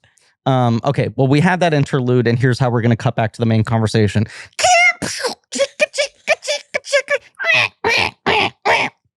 That was me doing my impression of some of the transitions in this movie. Really good. That was super good. Yeah. This movie is co-directed by an editor who is seemingly enjoying breaking every rule of respectable editing. Yes, Tricia Cooke edited it after working for many years as the assistant editor to the Coens, right? Yeah. It's not like Tricia Cooke had never edited anything before. No. This is an experienced person. So I think there's a thoughtfulness to how the movie's being presented to us in terms of like, this thing is rickety. It's barely standing on its 2 feet. Like, it's silly. You're supposed to get that it's silly. And I do get that it's silly. They make it very clear. Yes. Yeah. I think that's fine. I like the idea that it's ramshackle and that it's this car that's going to fall apart in a minute's notice. And that's like playful. That's just trying stuff. Yeah. I do understand perhaps some cinema goers sitting down and being like, I paid like $18 to see this. But I hired a babysitter.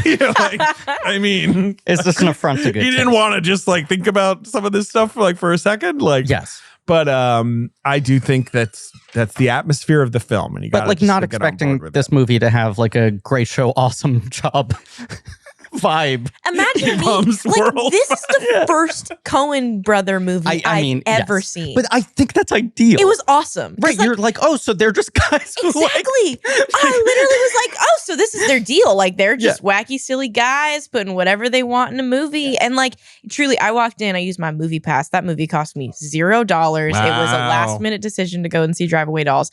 I walked out being like, yeah, I liked it. Like, it's great. This movie is a perfect argument for movie-going subscription programs. Yes. Like, you're right, David.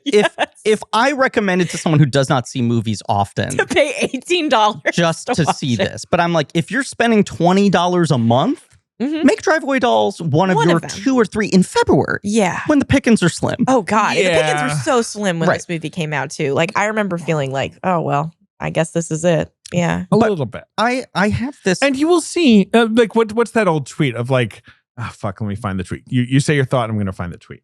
I have this theory, and this movie falls into this, right? But it's this sort of old master thing. We were talking about this in one of our group texts the other day of like old filmmakers who contend when people are like, why did you go to digital? Why did you like change your filmmaking style? And they're like, I think this looks as good as any of my films. And you're like, your movies used to look immaculate. And now you're old and people are offering you less money and you just want to get it over with quickly. There's a lot of that vibe where it's just like, I don't want to belabor this in the same way. And you need to judge those movies differently. Of course, it doesn't mean they're better than their best films. But you're like, this is the prism of like, this person's at a stage in their life where they have something they want to say, but maybe they're not as obsessive about the craft and the construction. And I think when Megalopolis was coming out, and there was this feeling of like Coppola with normal editing is going to return to the main stage, and he's ready to make like, it's been decades, but he's going to make another Apocalypse Now, another Godfather. David's hugging Joey very tightly. And then people were alarmed when they saw the trailer, and they were like, why does it look like this? Why is the dialogue like Park this? Video? All of this shit. Yes. And you're like, this guy has not made a normal looking movie in 15 years, right?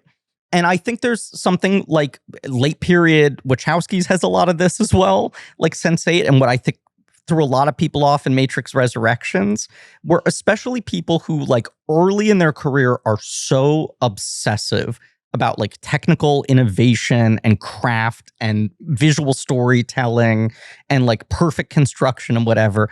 And then you get to a point where it's like, congratulations, you have made perfect movies. You have made movies that not only will like go down in history forever, but people will study as every hair on this head is like perfect. How do you challenge yourself at that point? You don't. You make Drive Away Dolls. I really think there is a point of like, the only way I can actually push myself and challenge myself now is to sort of try to make something incorrectly on purpose. Absolutely. Which isn't to say make a bad movie on purpose, but like I've followed all of the rules and even evolved them and I got to the end of that, and then I transmuted it onto lateral genre exercises, and I did that as well. What more is there to do other than to sit down and go, well, everyone knows a movie shouldn't be edited like this, but what if I try it? The tweet I'm referencing is by Mike Ginn, Ginn, not sure that's his name. And here's the tweet. I think about it all the time. It's a very famous tweet. Why must a movie be good? Is it not enough to sit somewhere dark and see a beautiful face? Huge? And that is how I feel a little bit about Driveway Dolls. Yeah, where I'm like, look at all these pretty people. I agree. Yeah, it has, driving around, taking their tops off, being silly. Like, everyone's having fun. I sat in a room and there was a big machine behind me that projected a bunch of light onto a screen in front of my face, and then colors moved around. That's exactly what I was here for. Nothing more, nothing less. So yes. Okay. What are some of the things in this very short movie? It's basically the halfway point. Like the 30-minute mark is when they hook up, which I also like. That is not something that is held to the very end. It's sort of like they go to a makeout party with a soccer team, high school soccer players. Yes, and they make out a little too old to be at a sleepover. Right, they're in a basement and everyone's making out, and then someone blows a whistle and everyone moves one to the right or whatever. I chuckle too. I think the whole thing is funny, and obviously this is what gets them to make out because they have to move along.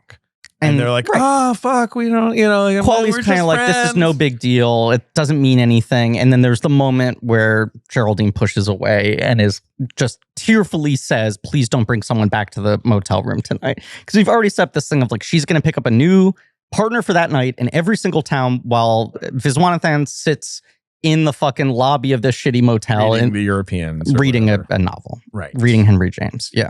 Right. Of course it's Henry James because that's the joke. Henry James is Driveway Dykes at the end. So that happens. They do hook up. They found the head at some point. She runs away and Quali kind of recognizes, oh, I think maybe an emotional thing happened that I need to reckon with. Right. But then she gets picked up by the cops. Yes. Geraldine does. Geraldine gets picked up by the cops for what, like vagrancy? Because she's like walking around in the darkness? Correct. I don't even know. Yes. But basically they get split up for that night is the point. And you have the flashback sequence to her sort of like activation moment, which also helps make her feel like more of a character. Even though these are not like super complicated scenes, that there is just like a kind of viewpoint and perspective on it. And then, yes. The arresting thing is just that they get split up for the night, but then discover back to like the police officer. Right. And that's she's arrested for being mouthy. Gotcha. Right. Mouthy discover lesbians. the dildos. Call up Beanie Feldstein to try to get her to help them because now they realize we're being chased. We're caught up in something bad. Yes. And then they make it to Tallahassee. The greatest moment, of course. Quicker than you think. What's the greatest moment? The goons going back to kill Curly. Yes. And Beanie Feldstein going to check in on him. And this kind of like cruelty of the universe Coen's moment in a movie that otherwise is kind of devoid of that. Yes. Of he is lying, dying, his final breaths, and he takes all the sheets of paper around him and tries to throw them up just to get her attention before she leaves the window. And it doesn't happen. The paper falls back on his chest, and he says, no one's going to save Curly. Won't somebody save Curly? Do you think he dies? Or do you think he's just in pain? I think he's just in pain. My first time I watched this, my Letterboxd review was, rumor has it Curly is still on the floor. Right. So I like to believe he's still with us. Yeah. I think he's still doing fine. There's no Driveway Dolls wiki yet, so I can't check in on Curly's individual character entry. They need to come up with a name for what they're calling these movies. Do you know what I'm saying? Because then we could make a bigger wiki for the universe. I assume they're not interconnected because we already have two qualies. Correct. They are not. Right. Honey Don't has nothing to do with Driveway Dolls, except that it also feels like it was made quickly. And has a bunch of famous people in it, which is fun, but being silly. Driveway Dolls. Yeah, so they go to Tallahassee. They go to this hotel. There's a lot. I realized on my third watch, as I've now, become an expert in this movie, I'm the mayor of Driveway Dolls. Like, they get to the hotel kind of fast. And like, then we are in the last act of the movie for almost half of the movie, of this short movie. But that's, Alamo's dropping your check. They are. They are. Yeah. I do like the decision that it's not about them getting to the hookup. That it's like there's the makeout, then there's the sort of like we have to reckon with these emotions. The dinner at the hotel, which is Geraldine doing this like very overwritten. What are you saying? I'm saying I want to try having emotions for once. Right. I want to have emotional sex rather than just fun sex. Both, I think we should sleep together, that I'm the person to get you out of your rut, but also maybe me living this life without letting myself catch feelings for any people is depriving myself of something greater. Falls asleep, wakes up, Margot Qualley going sicko mode. Yes, I was going to bring this up earlier where it's like Qualley's or Jamie's emotional depth or her evolution where she's like, I simply had to jerk off. I could not contain myself. There's a whole suitcase of dildos. I cannot wait 20 fucking minutes for you to wake up or whatever. It's not only that, but she plays that scene. Physically, it feels like a cartoon character with their finger in a fucking light socket. Right? Like they're just the image of her splayed and like that she can't even stop to say sorry. Right. Like I couldn't contain myself, that she has to continue doing it. That it feels like she's waking up next to someone in bed having a seizure. Yeah. Like she's in danger. Yeah. Yeah. Mm-hmm. Yes. But from that moment on in the movie, they're like together. Yeah. And they start having more emotional sex. Yeah. Right? Like the shower sex. It's like it's all shot in this kind of like not Looney Tunes way. It's all very gentle and lovely. It's fine. And Qualley's been doing making her own side casts, backups. There's a really funny moment in the shower where Geraldine is like, I would like to, and you think she's going to say something emotional. I would like to also use the dildo. Yes. Right. That everything is still very like point of fact with her. And I like the fucking concierge at the hotel a lot. Yeah. His name is Josh Flitter. No, he's the bellboy at the end who finds the dildo. Oh, that's right. So, okay. So who plays the because he is funny. He's funny, and I just like it a lot as like the movie is setting you up to think that this guy is going to be like, well, I never about everything. No, we accept the rainbow card. Right. He just loves everything. Yeah. He's just super cordial. Yeah. I'm trying to find his name. Yeah. Or I'm trying to find the actor. What do we think his name is? I'm going to find it. Okay. While we're looking, did we talk about the goons and their whole like sort of we touched on it. Yeah. Just the game of them, sort of the one being like, I appreciate talking to people. You're so aggressive. Mm-hmm. I think it's fun with the two goons visiting the previous locations that they've come from. Interacting with the cheerleaders is really fun. That was good. They, misdirect them. They end up in this like bar way out of the way from juke joint Tallahassee. Really good. Oh yeah, that is a funny what is this? Interlude. And then it just is like a guy who's like starts talking to them about nothing, and then it's done, and then it never comes back. Then he distracts the other guys. I guess, right? Yeah. John Menchion is that actor. I'm so glad I looked up the El Conquistador desk clerk. Oh, here he is. His name is Braxton McCullum. What a fucking name. It's his first role. Yeah, really? Seems like he Pretty only much. did like short films before that. Correct. Yeah, but he's very good. He's got a funny face. Yeah. But this is like getting to this point of just like there is no scene in this movie that I don't find pleasant to watch. Exactly. Totally. It can be a bit of a chore on your third viewing, maybe, but it's pleasant.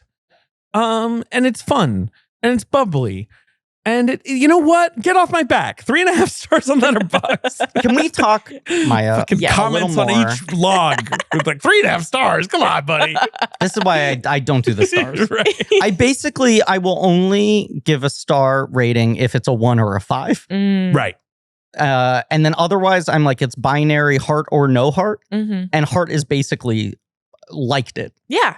Yeah. I do the same thing. Yeah. I used to actually give star ratings, and then I was like, I think I don't know what I'm talking about when I give a movie like 2 stars. But if I like it, I'll give it a like. If I don't put stars, it doesn't mean it's a bad movie. It's just like not worth being like, wow. I just never want the quibbling of like 3.5. That's the same rating you gave this. Yes, I love that. So like 3.5 is either like the glowing review of like, whoa, you're rating this way too high, or somebody's like, it's fine. Right. It's just, yeah. But I like giving star ratings precisely for this reason, to fuck with people. And then I like that I'm constantly adjusting everything in my letterbox. I know this. Nothing is finite. I'm always thinking about like, okay, how's that movie settled with me? Or how did it do on rewatch or whatever? Like, and I love fiddling with stuff. And I'll see now because people pay attention to me on Letterboxd. I'm not bragging. People being like, you took it down to a 4.5. What does it mean? What does it mean? I'm like, I don't know. I just liked it a little. Or I'll take a look at my year list and I'll be like, maybe nothing's actually really reached kind of top for me, right? And like, actually the stuff I like the most has a bit of a ceiling on it or something. I don't know. Yeah. Having fun. No, I like doing it. But that's why I'm like, I can walk out of Jurassic World Rebirth and confidently be like, 1 star. Oh, you didn't like that one? You know, and I can like rewatch Life and Death of Colonel Blimp and be like 5, no question. Anything in between, I just kind of don't want to fucking deal with. Distortious Rex? You think he's going to show up in something else? Did you see Jurassic World Rebirth? I didn't. Oh no, because it's, as I hear, a 1-star movie. It's a bit of a it's a bit of a pooper. Yeah, it's not a chore. It's worse than a chore for sure. I found it very boring. And I did too. Yes. There was a very point low energy in my Superman Patreon episode where I went off in the rant. The thing I forgot to mention was there was a moment where I felt like the movie was ending. And I was like, oh, thank God. At least it's almost over. That feels right, right? And then I remembered, the big mutant dinosaur that they show you at the very beginning, who's all over the marketing, has not come back yet. And I turned to my friend in like defeat, and I was like, oh, fuck, there's another half hour. There is at least another half hour. And walking out of that movie, I would have been like, that was 3 hours on the nugget. And it's like 2:06 with credits. It feels it feels longer. Infinite. Yikes. Do you like Jurassic Park? I do. I love Jurassic Park. Yeah. Cool. Mm-hmm. This is what I want to dig into a little more. Okay. Your Coen's experience with now watching them later. Yes. What has been your experience in watching a handful of the classics now, and especially the crime capers? Yeah. Really fun. Yeah. I, of course, have to mention my boyfriend has been a really good guide because he knew that I would be doing the Drive-Away Dolls episode, and he is well-versed in the Coen's universe. And so he was like, I think these are kind of the closest we can get based off of what their filmography is to what Drive-Away Dolls ended up being. And so we watched a lot of the crime capers, but I truly, like, every time we watched a new one, I was like, these guys love law enforcement being present somewhere in a movie. Like, it's very, but that is it. But I had so much fun with it. And I think that, like, it was more fun for me to view these movies with fresh eyes at an adult age than, like, being, I don't know, introduced to them when I was younger and not necessarily getting to, like, understand the full scope of the characters or the worlds that were being crafted or anything. Yeah. Mm-hmm. I think, you know, the Coen's films are, for me, so much about, like, trying to find a way to live in a, like, cruel, merciless world that lacks meaning. Like, they are not completely nihilistic because the characters are fighting to find something through that understanding of the lack of meaning. But this is one of their few movies where it is like, and then they ended up happily ever after. That is so awesome. Where, like, things can be defeated. Mm-hmm. Like, the cleanness of, Matt Damon is going to be doing the handoff at the same time that Beanie Feldstein is there with the cat, and she can shoot him, and his whole corruption can be blown open in a newspaper cover story that no one questions. The newspaper cover, I want to find it because it is so funny. Senator shot outside of lesbian bar or something. I want to read every single moment of it, every single line of it, but yes. Verbatim, please. Yeah. Let me find it. Okay. As David looks for this. Keep talking. Got to sign into Peacock, I was watching the very limited special features on this Blu-ray, which are basically 3-minute or under YouTube featurettes. They're, like, so bad and apathetic. But one of them has, like, the 3 main actresses talking, and Beanie Feldstein talked a lot about, like, the canon of the Coen brothers cop is so big. It is such an honor to be, like, a cop in a movie written by Ethan Coen. Mm-hmm. But then it's also so funny where you're like, a lot of times it is, like, these deeply corrupt, immoral characters, or it is Marge Gunderson, who is, like, the ultimate moral good. Yes, exactly. Like, one of the purest characters that has ever existed in film. Mm-hmm. And feels like almost this rebuke to not just real cops, but also the way cops are usually depicted in movies.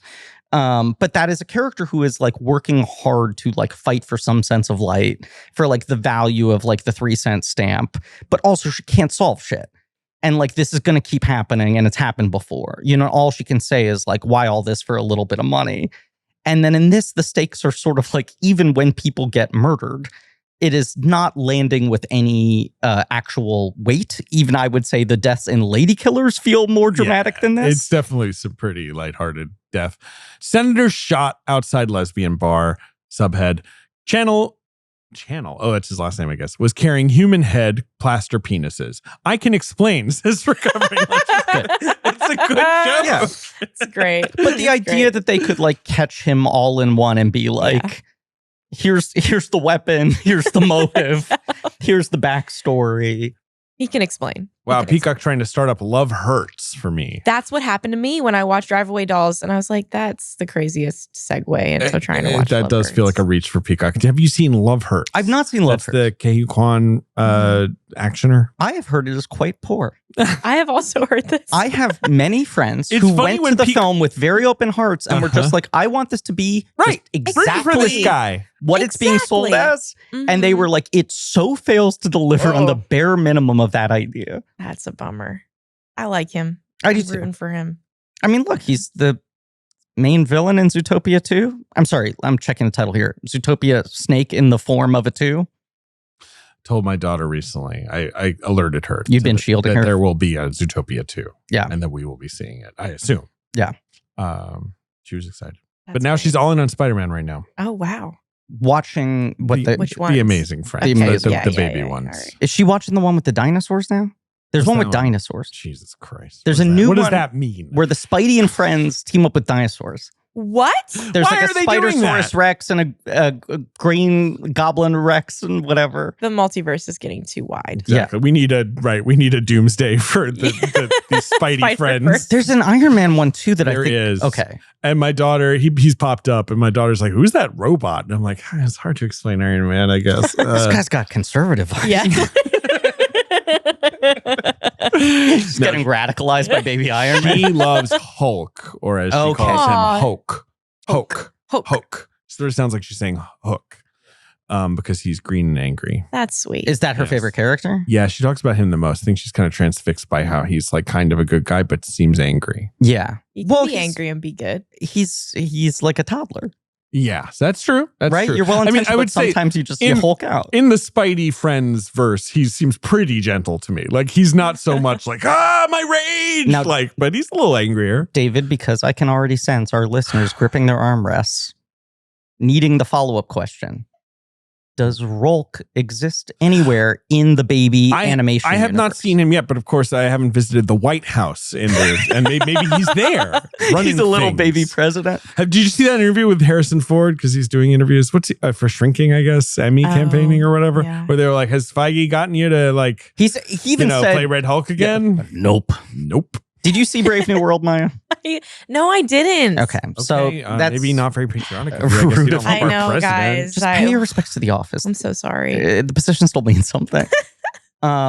It's been enough time that I feel like I can do a bit of a Brave New World spoiler here. Okay. Yes. Yeah. Please. Here's They spoiled the movie in the trailers. I mean, basically. Yes, here's a non-spoiler spoiler. He does not die in that film, Okay. right? And the movie called The Thunderbolts that has already now come out. In the comics, that is a team led by that character. Hence why they are called the Thunderbolts. It's like he's doing the bad guy Avengers and he's the Nick Fury for the bad guy Right. Avengers. He's kind of the Amanda Waller or Red whatever. Hulk is? Well, Thunderbolt before Ross. that guy before he became Red Hulk, before when he was just Hulk's girlfriend's dad. Uh-huh. Uh-huh. So everyone was like, oh, William It's a Hurt lot dies. of words. They hire one of the biggest So movie much stars of all info. time. He's going to play General Ross. And they announce a Thunderbolts movie. Multi-picture contract for Yeah. Harrison Ford. And then I kept on hearing from people, he dies at the end of Captain America. He has nothing to do with Thunderbolts. They got him for one movie. He's never coming back. And I was like, that's a weird choice. Liv Tyler was photographed filming Brave New World 18 years ago. Somehow was filmed doing that before she had been in Armageddon. Or The Lord of the Rings. Shooting a funeral scene. Right. Paparazzi photos of her at a cemetery. Right. Seemingly mourning his death, her father's Rip. death, right? And it's a big plot point in the movie that he keeps trying to call her. He's like, oh, my daughter won't pick up. How are you doing? She hates I'm a Rolk. You guys are good at that. Thank you. Yeah. I've been thinking about him a lot in that movie. At the end of the movie, I need my pills. Yes? At the end of the movie, he does not die. No. In a sequence that feels like it was being reshot as you're watching it. Whoa. It's not so good. And then he goes to supervillain jail. Yeah, the raft. And Liv Tyler goes to visit him in jail, and that's the emotional closure of the movie. Hey. Liv Tyler in a performance that absolutely was not done by a physical person on a set. It is very clear that she was like, I can't do the reshoot. If you can't rework that cemetery footage, you got to fucking construct it some other way. My God. And I don't understand why they end that movie with him being alive if they don't ever want to. They had no specific plans to use him again, and he's like, I don't want to fucking do that shit again. They just probably were like, who knows? Maybe we can just have like computer Red Hulk smash someone. Ben, just put like spoiler alerts in the edit points in and out of this segment. You definitely do not. Rolk. Let's play the box office game for Driveway Dolls. Do we want to say any other things about Driveway Dolls? I don't have anything more to say on Driveway Dolls, I don't think. It's fun. Of the Coens you've watched now, which is your favorite? My favorite is probably, oh man, I loved Fargo and I loved No Country for Old Men. Those are good ones. Those ones do be hitting. I mean, actually, man, yeah, they're all good. It would be funny if you were like, Driveway Dolls, I think. Driveway Dolls, 5 stars with a like. But those are both Bag of Money ruins everyone's life movies, right? That are like held by money goes great for them. Right. Yeah. Right. You're right. Well, it's Bag of Dicks. Bag of Dicks goes great for them. Ends up perfectly. Need more movies like that. Yeah. But I liked it. It's fine. I think people it was marketed for a group of individuals that were showing up expecting something, or not marketed, but I think the people that were expecting what it ended up being were obviously going to be disappointed. Whereas people who have never seen a Coen joint could walk in and walk away feeling like they were happy with what they got. I think that's a great point. Yeah. And I think understandably, the folks at Universal were like, we have a movie that was co-directed by a Coen brother. We should push that really hard, which maybe doesn't do the movie any favors in its framing. I also just think there is this impatience of like, they are arguably amongst the best filmmakers on the planet. And people are like, are they really never going to mix them together again? And it's like, okay, Ethan and Tricia did another one. And now like Joel and Francis have announced another one. And then like, can they get back together after this? There's rumors that the brothers are working on like a horror movie together. They have talked about it. As of a year ago, they were writing it. Yes, there is a thing they want to do.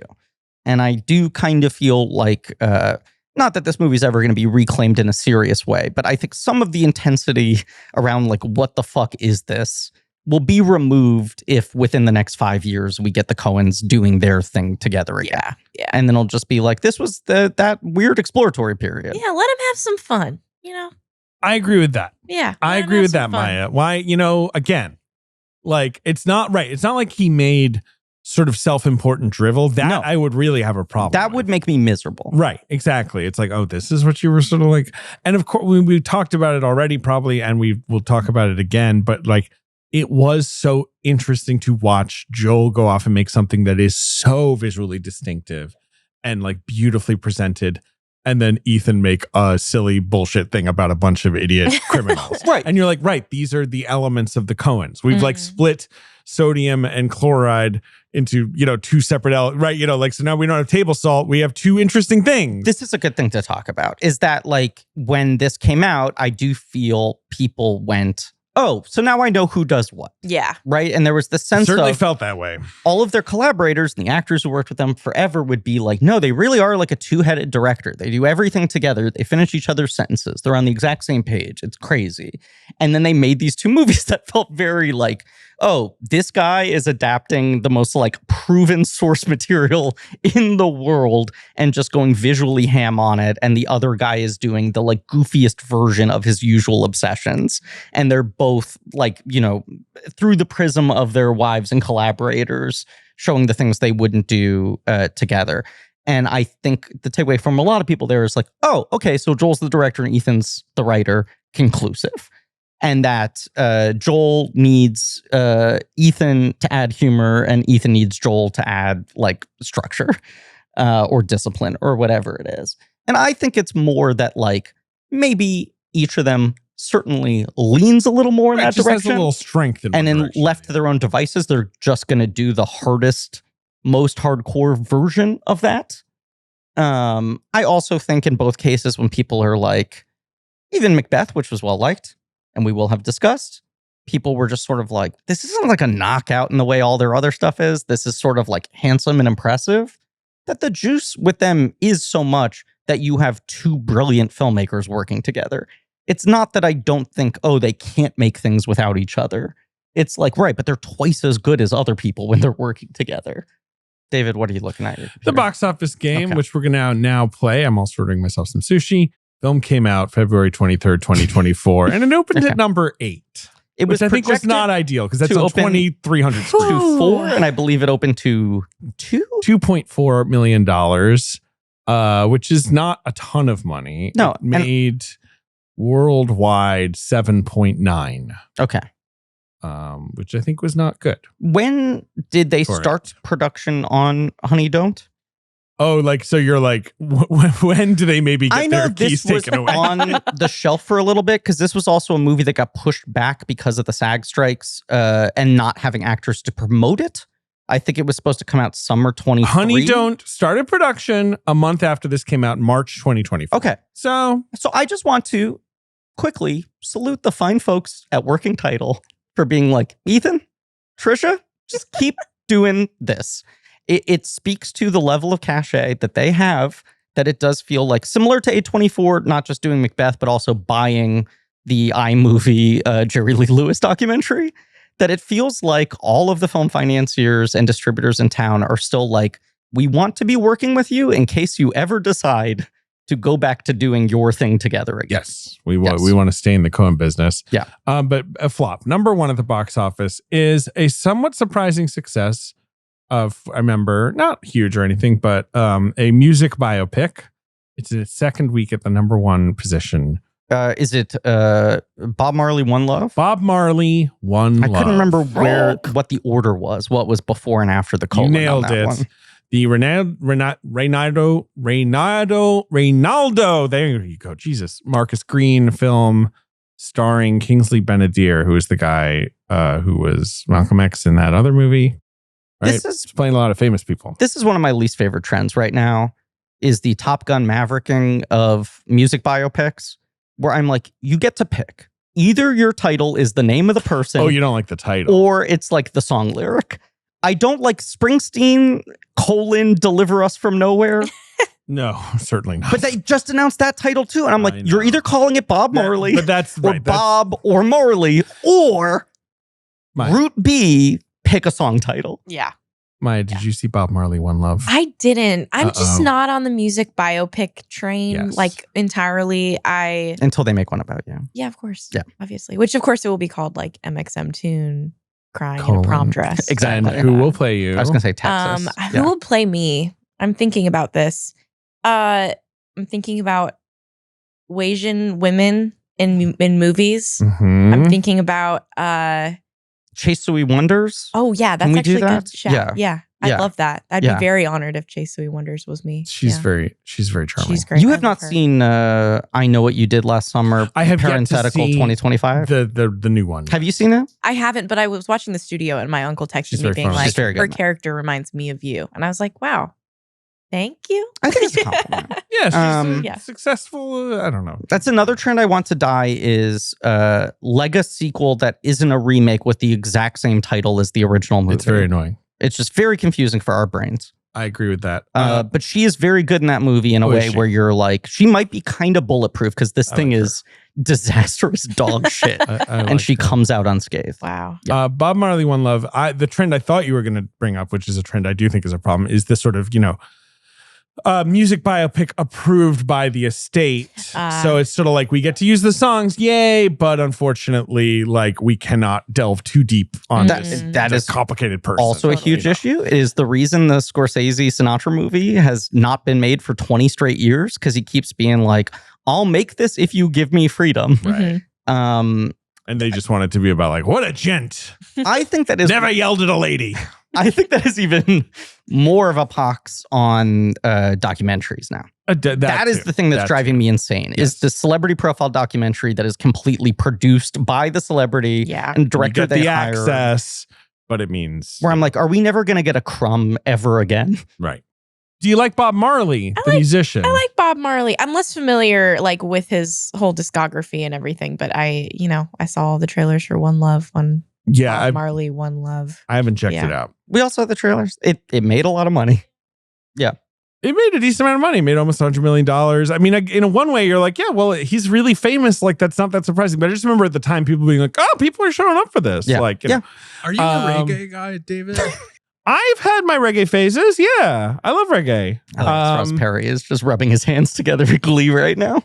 I am no expert on reggae. I grew up in Britain, and I do feel like as respected as reggae is here, it is much so more ingrained in British culture. Yeah. Sure. So all there's the just ska stuff. all this, right. The ways that the influence on other British music and all that stuff. And I like dance hall music and all this. And then when I went to the Caribbean when I was a teenager, I remember at like the airport, I bought a bunch of like random discs, CDs. Because I was like, I bet you there's just kind of like, basically like indie music, right? Like, just kind of like music that will never escape this country.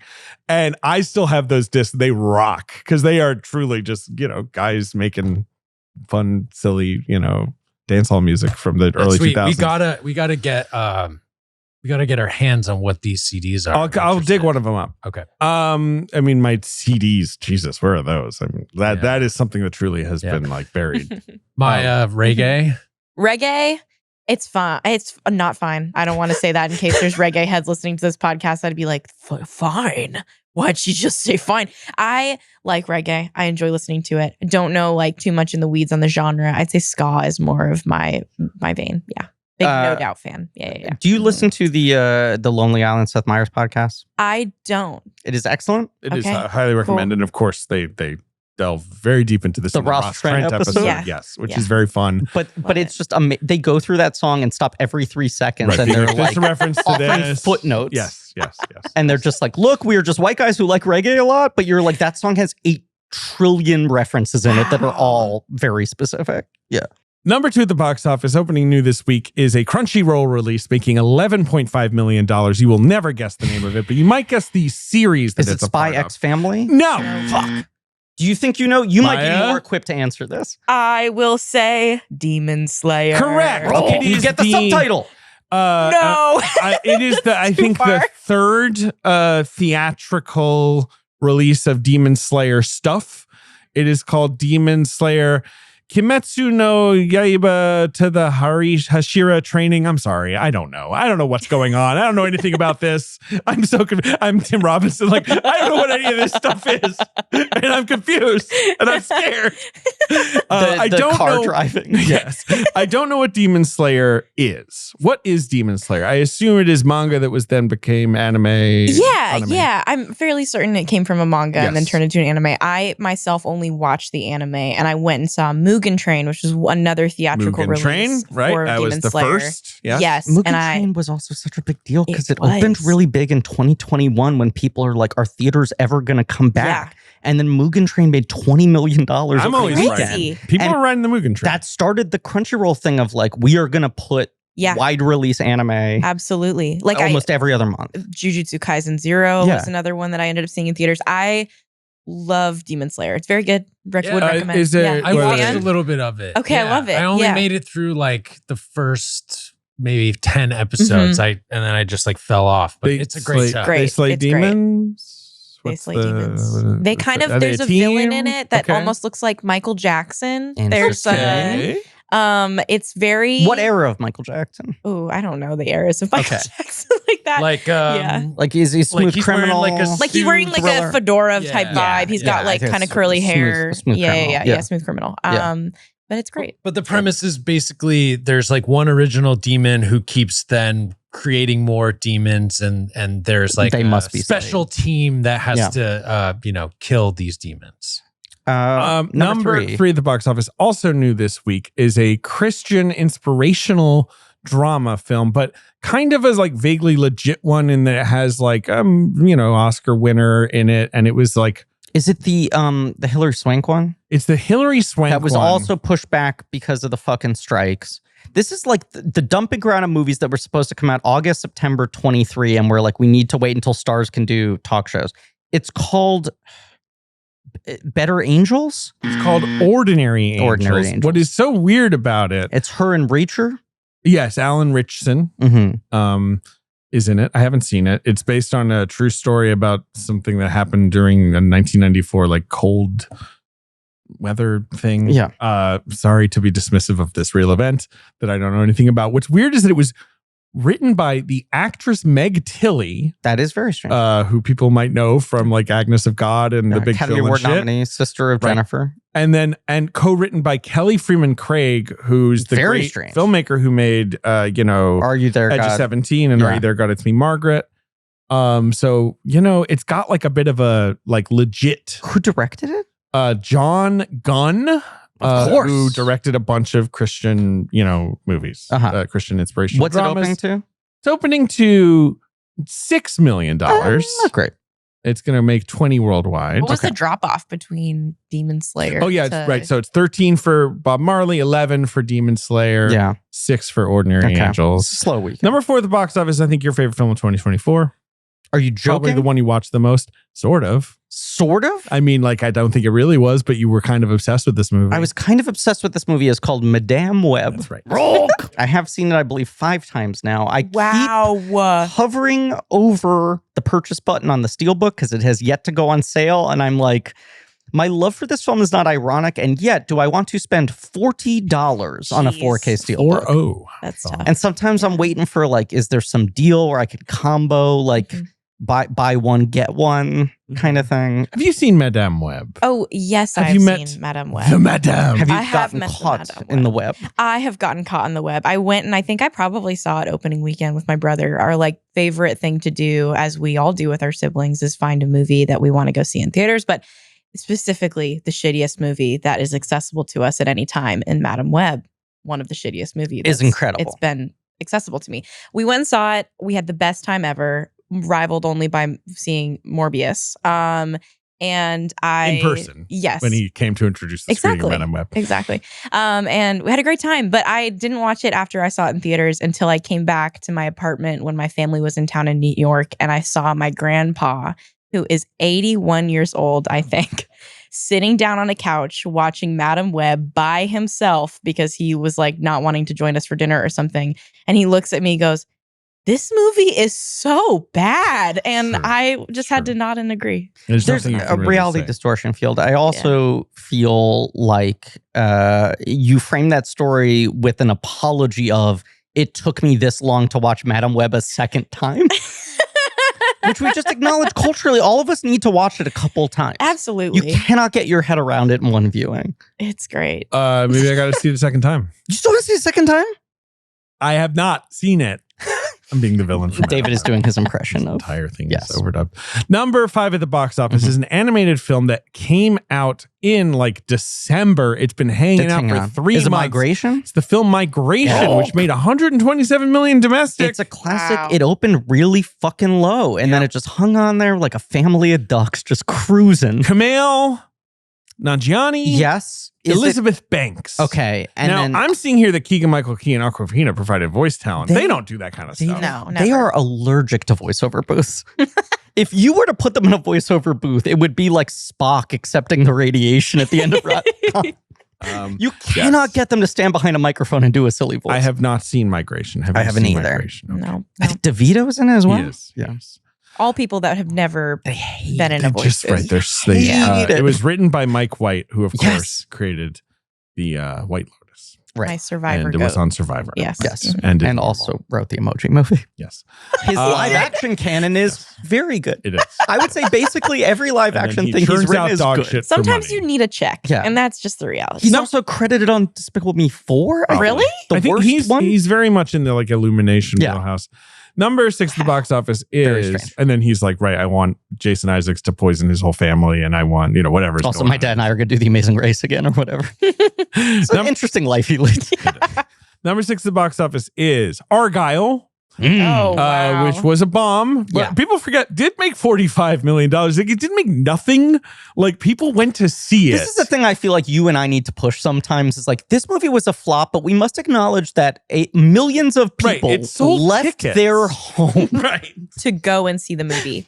Argyle. I saw it with friend of the pod, Rachel Lang. Have you seen that? I haven't, but I'm curious because, and I could be misremembering this. I feel like there was a wave of this like maybe it was a joke and I was totally misreading the situation, but people who thought Taylor Swift had written the book. And I'm almost curious if that was like why there were people showing up was because people were like almost like, I'm supporting T Swift. Like a week before it came out, when the reviews came out, they like gave up the goose on it. The person who wrote the book is the fictional character, and here was the ghostwriter and whatever. And then it got kind of all because of the cat is Taylor Swift's cat. Right. Like that, like she's got that cat in the movie. But the reason the cat is in the movie is because that's the cat that Matthew Vaughn has, and he based on his real cat. But the reason that's the cat he has is because his daughters were so obsessed with Taylor Swift that they were like, we want that cat. That is nuts. It's nuts. Wow. That is a movie that is infinitely more interesting to talk about everything around the movie. It's not even interesting to talk about the movie. It's interesting to talk about the bubble around the film. The movie is dog shit. It's the anti-Madam Web. It is actually tedious to watch. I agree with that. Number 7 at the box office, hanging out after 3 months as well. Huge hit. Wonka. Paul King's Wonka. Very fun movie in my opinion. Driveway Dolls at number 8. Number 9, The Beekeeper. Which I preferred to A Working Man, which I tried out last year, which was this year, which is pretty bad. Maya, have you seen The Beekeeper? I haven't. I do remember when it was rolling out. Have people spoiled anything about The Beekeeper for you? I'm gonna guess fucking beekeeper. I'm guessing there's bees involved and maybe a keeper of them. Sort of. But I don't really know. Here's all I'm gonna say. I cannot strongly enough implore you to watch this film. Okay. It's pretty fun. It is truly a movie where every 10 minutes you could pause and write down what you think is going to happen, and you will never get anything right. That's fun. You can guess like, oh, he'll get revenge on people. Okay. But it has the craziest narrative turns I've ever seen. The way this movie heightens, where it gets to by the end is insane. We're recording this episode very far in advance. All I ask is, if you watch The Beekeeper between when we're recording and November, Peacocker, please send a voice memo MGM Plus of just your feelings on Beekeeper, but I strongly recommend watching. That is the easiest thing anyone's ever assigned me to do. Yeah, it's pretty easy to watch it. It's an easy watch, and the end will blow your fucking mind. Okay. Hello, Blankies. This is me from the future. I ended up doing my homework. I watched The Beekeeper the other night, and Griffin was right. There was no way I would have ever predicted how high the stakes were going to be by the end of the movie. That was crazy. But as a fan of the Hitman video game franchise, I was majorly rocking with an angry bald guy doing some occupational-based shenanigans on an assassination run. That was pretty fun to see. I'll be tuning into more Jason Statham job-based cinematic universe movies in the future. I want to just shout out Minnie Driver for showing up for an hour and a half, getting her money and leaving, and also Josh Hutcherson's perm. Highlights of the movie for me. All right, back to the pod. Number 10 Working at the box office is The Chosen season 4, episodes 4 to 6. I mean, it really is. There's still just a lot of that happening in the box office. Are you aware of this phenomenon of The Chosen? The Chosen is a self-funded TV series about Jesus that I think is now in its 3rd or 4th season. It was the biggest Kickstarter project, I think, of all time, and now has outside financing. But every year or every other year when there was a new season, they released the season in theaters first. So they'll be like, this week, The Chosen season 4, episodes 1 and 2, and it will be number 3 at the box office. And then 2 weeks later, the next 2 episodes will come out in theaters. They release them 2 at a time in theaters. They make millions and millions of dollars. And then they go up on like Amazon Prime or whatever. Whoa, I did not know about that. It is a bizarre thing that's been going on for years that no one talks about. Imagine if any other TV show was released that way. It's very silly. Number 11 is Anyone But You, just to shout that one out. Perfect. We came back full It's circle. still there. Yeah. What's it up to at this point? It made a healthy 87 to this point, and it ended up at 88. So it's almost done. Anyone But You, where Sydney Sweeney's there, and she's got the issues, I assume. I mean, you nailed it in your review of why does she always sound like she just came out of an egg? That is my take on Sydney Sweeney. My take on Madame Web was that every line delivery feels like it's on a Zoom delay. And my take on Anyone But You is Sydney Sweeney literally feels like she just hatched out of an egg.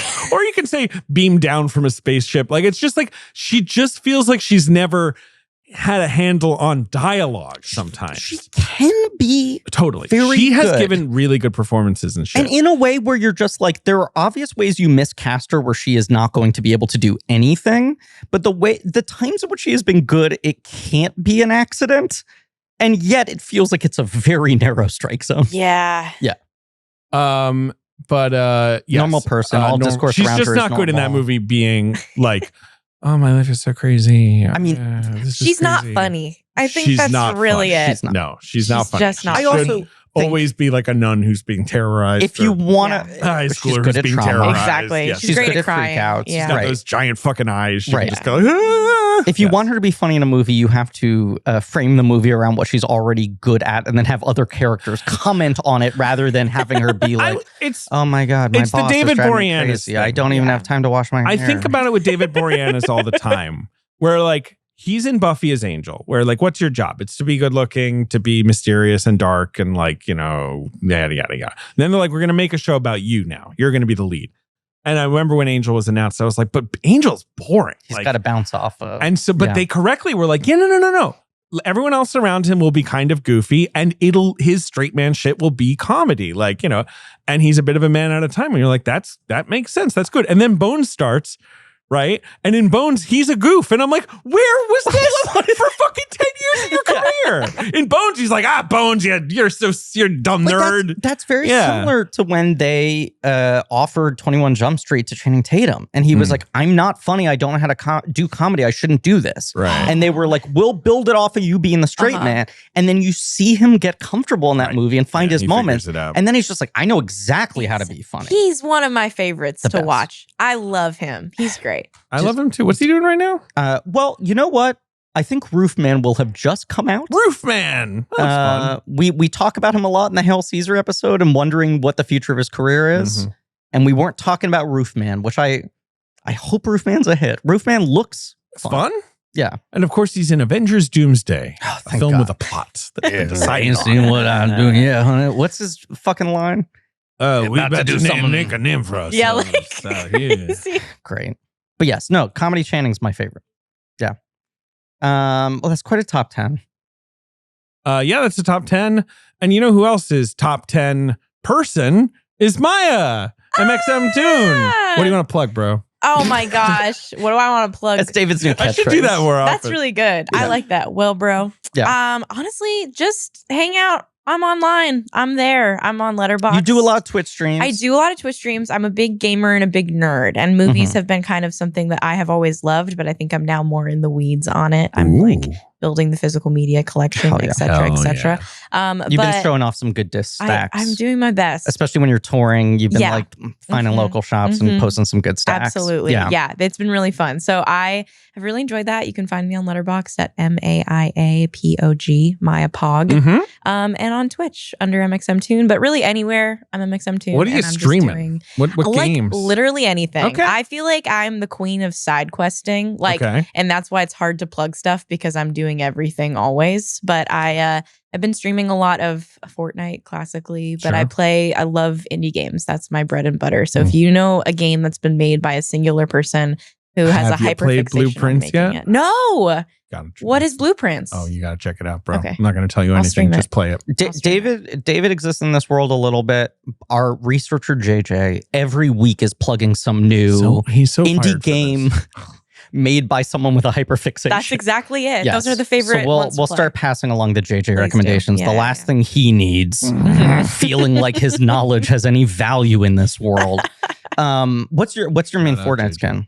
My main Fortnite skin right now is Chun-Li, but usually it's Xenomorph. Fucking shout out Chun-Li. That's Yeah. my Street Shout out Fighter to 2 Chun-Li. main. Yeah. I do. I haven't been playing for You've a been while. playing Fortnite? I didn't know Well, I was playing a lot with my little cousin. You I gotta do remember play. that. I do remember and that. then now he's gotten too caught up in baseball. He doesn't have time to do anything. He likes That's baseball? lame. He's really good at baseball. Well, he should call me up. No, you are not meeting him. Oh, okay. But so sorry. now I haven't taken him to a movie in like months. We don't play Fortnite because he's doing like baseball 5 days. Like a week. his weekends are very occupied with He's baseball. not. It's His not. calendar is I very don't think full. he's on like a professional MLB track, but he's like at that But he's level really where good it's at like it. you're really good at this and you like what's this his a lot. So position? now Gotta he's hone doing it. Yeah. I don't know. He's told me and I don't know. Well, is he a pitcher or not? I don't think so. Okay. And, I'll find out. But anyway, come was doing the Fortnite with fall, him. you know, the season will be over. We have He plans wants to do a Superman Fantastic Four double feature at the end of the Wow. summer. That's He's been exciting. away. Yeah. But I was playing with him every Sunday, and with our friend Sarah Rubin, past and future guest, we would all do it together. I was doing Chewbacca, Okay. but I was using the accoutrements of the wasteland. I've never heard somebody use Magneto. Wow. Wait, Magneto? What? They did a Marvel event, Yes, they and there did. was a really good Magneto, and you could get like classic Magneto, but there was also this wasteland Magneto where he had like Yeah. a tattered cape and Right. shit. He So just I looked like he got give like dirty. Chewbacca the tattered cape Okay. and the cool. Magneto like pickaxe and stuff, so it kind of looks like a fucking Mad Max Chewbacca. It's Yeah. pretty cool, David. I I haven't played in months. I played Fortnite once and I didn't like it. Sorry. Come on, guys. There's 4 Don't of yell us at me, here. Maya. It's not impossible to create a squad and This is reframe what your I'm enjoyment of talking Fortnite. about. Get you back into I'll playing play. Fortnite. Yeah. Ben, have you played Fortnite? I'll Get my play- not 9-year-old too late. cousin into I the believe in squad. you guys. I assume it's more fun if you're being social. I would It's play it more with you fun. any day. It's more Like, fun. that I play with sounds you fun. guys anytime. Right. Just say the word. I just like loaded it and was like, okay. This is And it was also years ago. I know that Fortnite has now It's become like different now. very complicated. I'm gonna Yes. get my 9-year-old cousin's schedule, and we're Please. gonna figure out a squad. Yeah, I'm so a down. squad night, a squad afternoon. Fine. Yeah. That's the thing I want to plug. That's it. Great, Play perfect, Fortnite. cool. Fortnite. When are we gonna get our own skins in Fortnite? It feels like that's inevitable. that make it has to happen. happen. Sounds good. Yeah, Ben with bone pickaxe. Thank you all for listening. Please remember to rate, review, and subscribe. Remember to tune in next week for Honey Don't, a movie that David clearly is calling in advance. There's a lot to talk about. Oh boy. You think Honey Don't is going to make more or less than Driveway Less. Dolls? It has to be less. Has to be less? I guess it's a low bar, so maybe not, but like I don't think it's going to be a hit. I don't either. Yeah. But I guess the it wouldn't be Driveway that Dolls hard. bar is low. I don't know. Chris Evans. I think it's gonna be Chris higher. Evans is there. We like him trying. We like him trying, and Yeah. he's there. He is not the problem with that movie at And all. it's not He like is a doing- Pedro. He's like a proper completing the role in it. assignment. Yeah. Yeah. Yeah. I mean, but it's not like a Pedro, but it is kind of the thing of these movies of like, you know, they clearly, they had him for a few days. He did Yeah, silly yeah. stuff and like, Mhm. right. Yeah. I'll go for that. Sebastian Stan will star in Radu Jude's Yeah. Frankenstein. Okay, wrap us up. All right, bye. Another Frankenstein? Yeah, well, that's true. Wrap us up. Oh, okay. Well, you interrupted. Now I'm just spinning on the Frankenstein thought. And as always, more movies should be centered around a literal bag full of dicks. Yeah. Blank Check with Griffin and David is hosted by Griffin Newman and David Sims. Our executive producer is me, Ben Hosley. Our creative producer is Marie Barty Salinas. And our associate producer is AJ McKeon. This show is mixed and edited by AJ McKeon and Alan Smithy. Research by JJ Birch. Our theme song is by Lane Montgomery and the Great American Novel, with additional music by Alex Mitchell. Artwork by Joe Bowen, Ollie Moss, and Pat Reynolds. Our production assistant is Minnick. Special thanks to David Cho, Jordan Fish, and Nate Patterson for their production help. Head over to blankcheckpod.com for links to all of the real nerdy shit. Join our Patreon, Blank Check Special Features, for exclusive franchise commentaries and bonus episodes. Follow us on social at blankcheckpod. Subscribe to our weekly newsletter, Checkbook, on Substack. This podcast is created and produced by Blank Check Productions.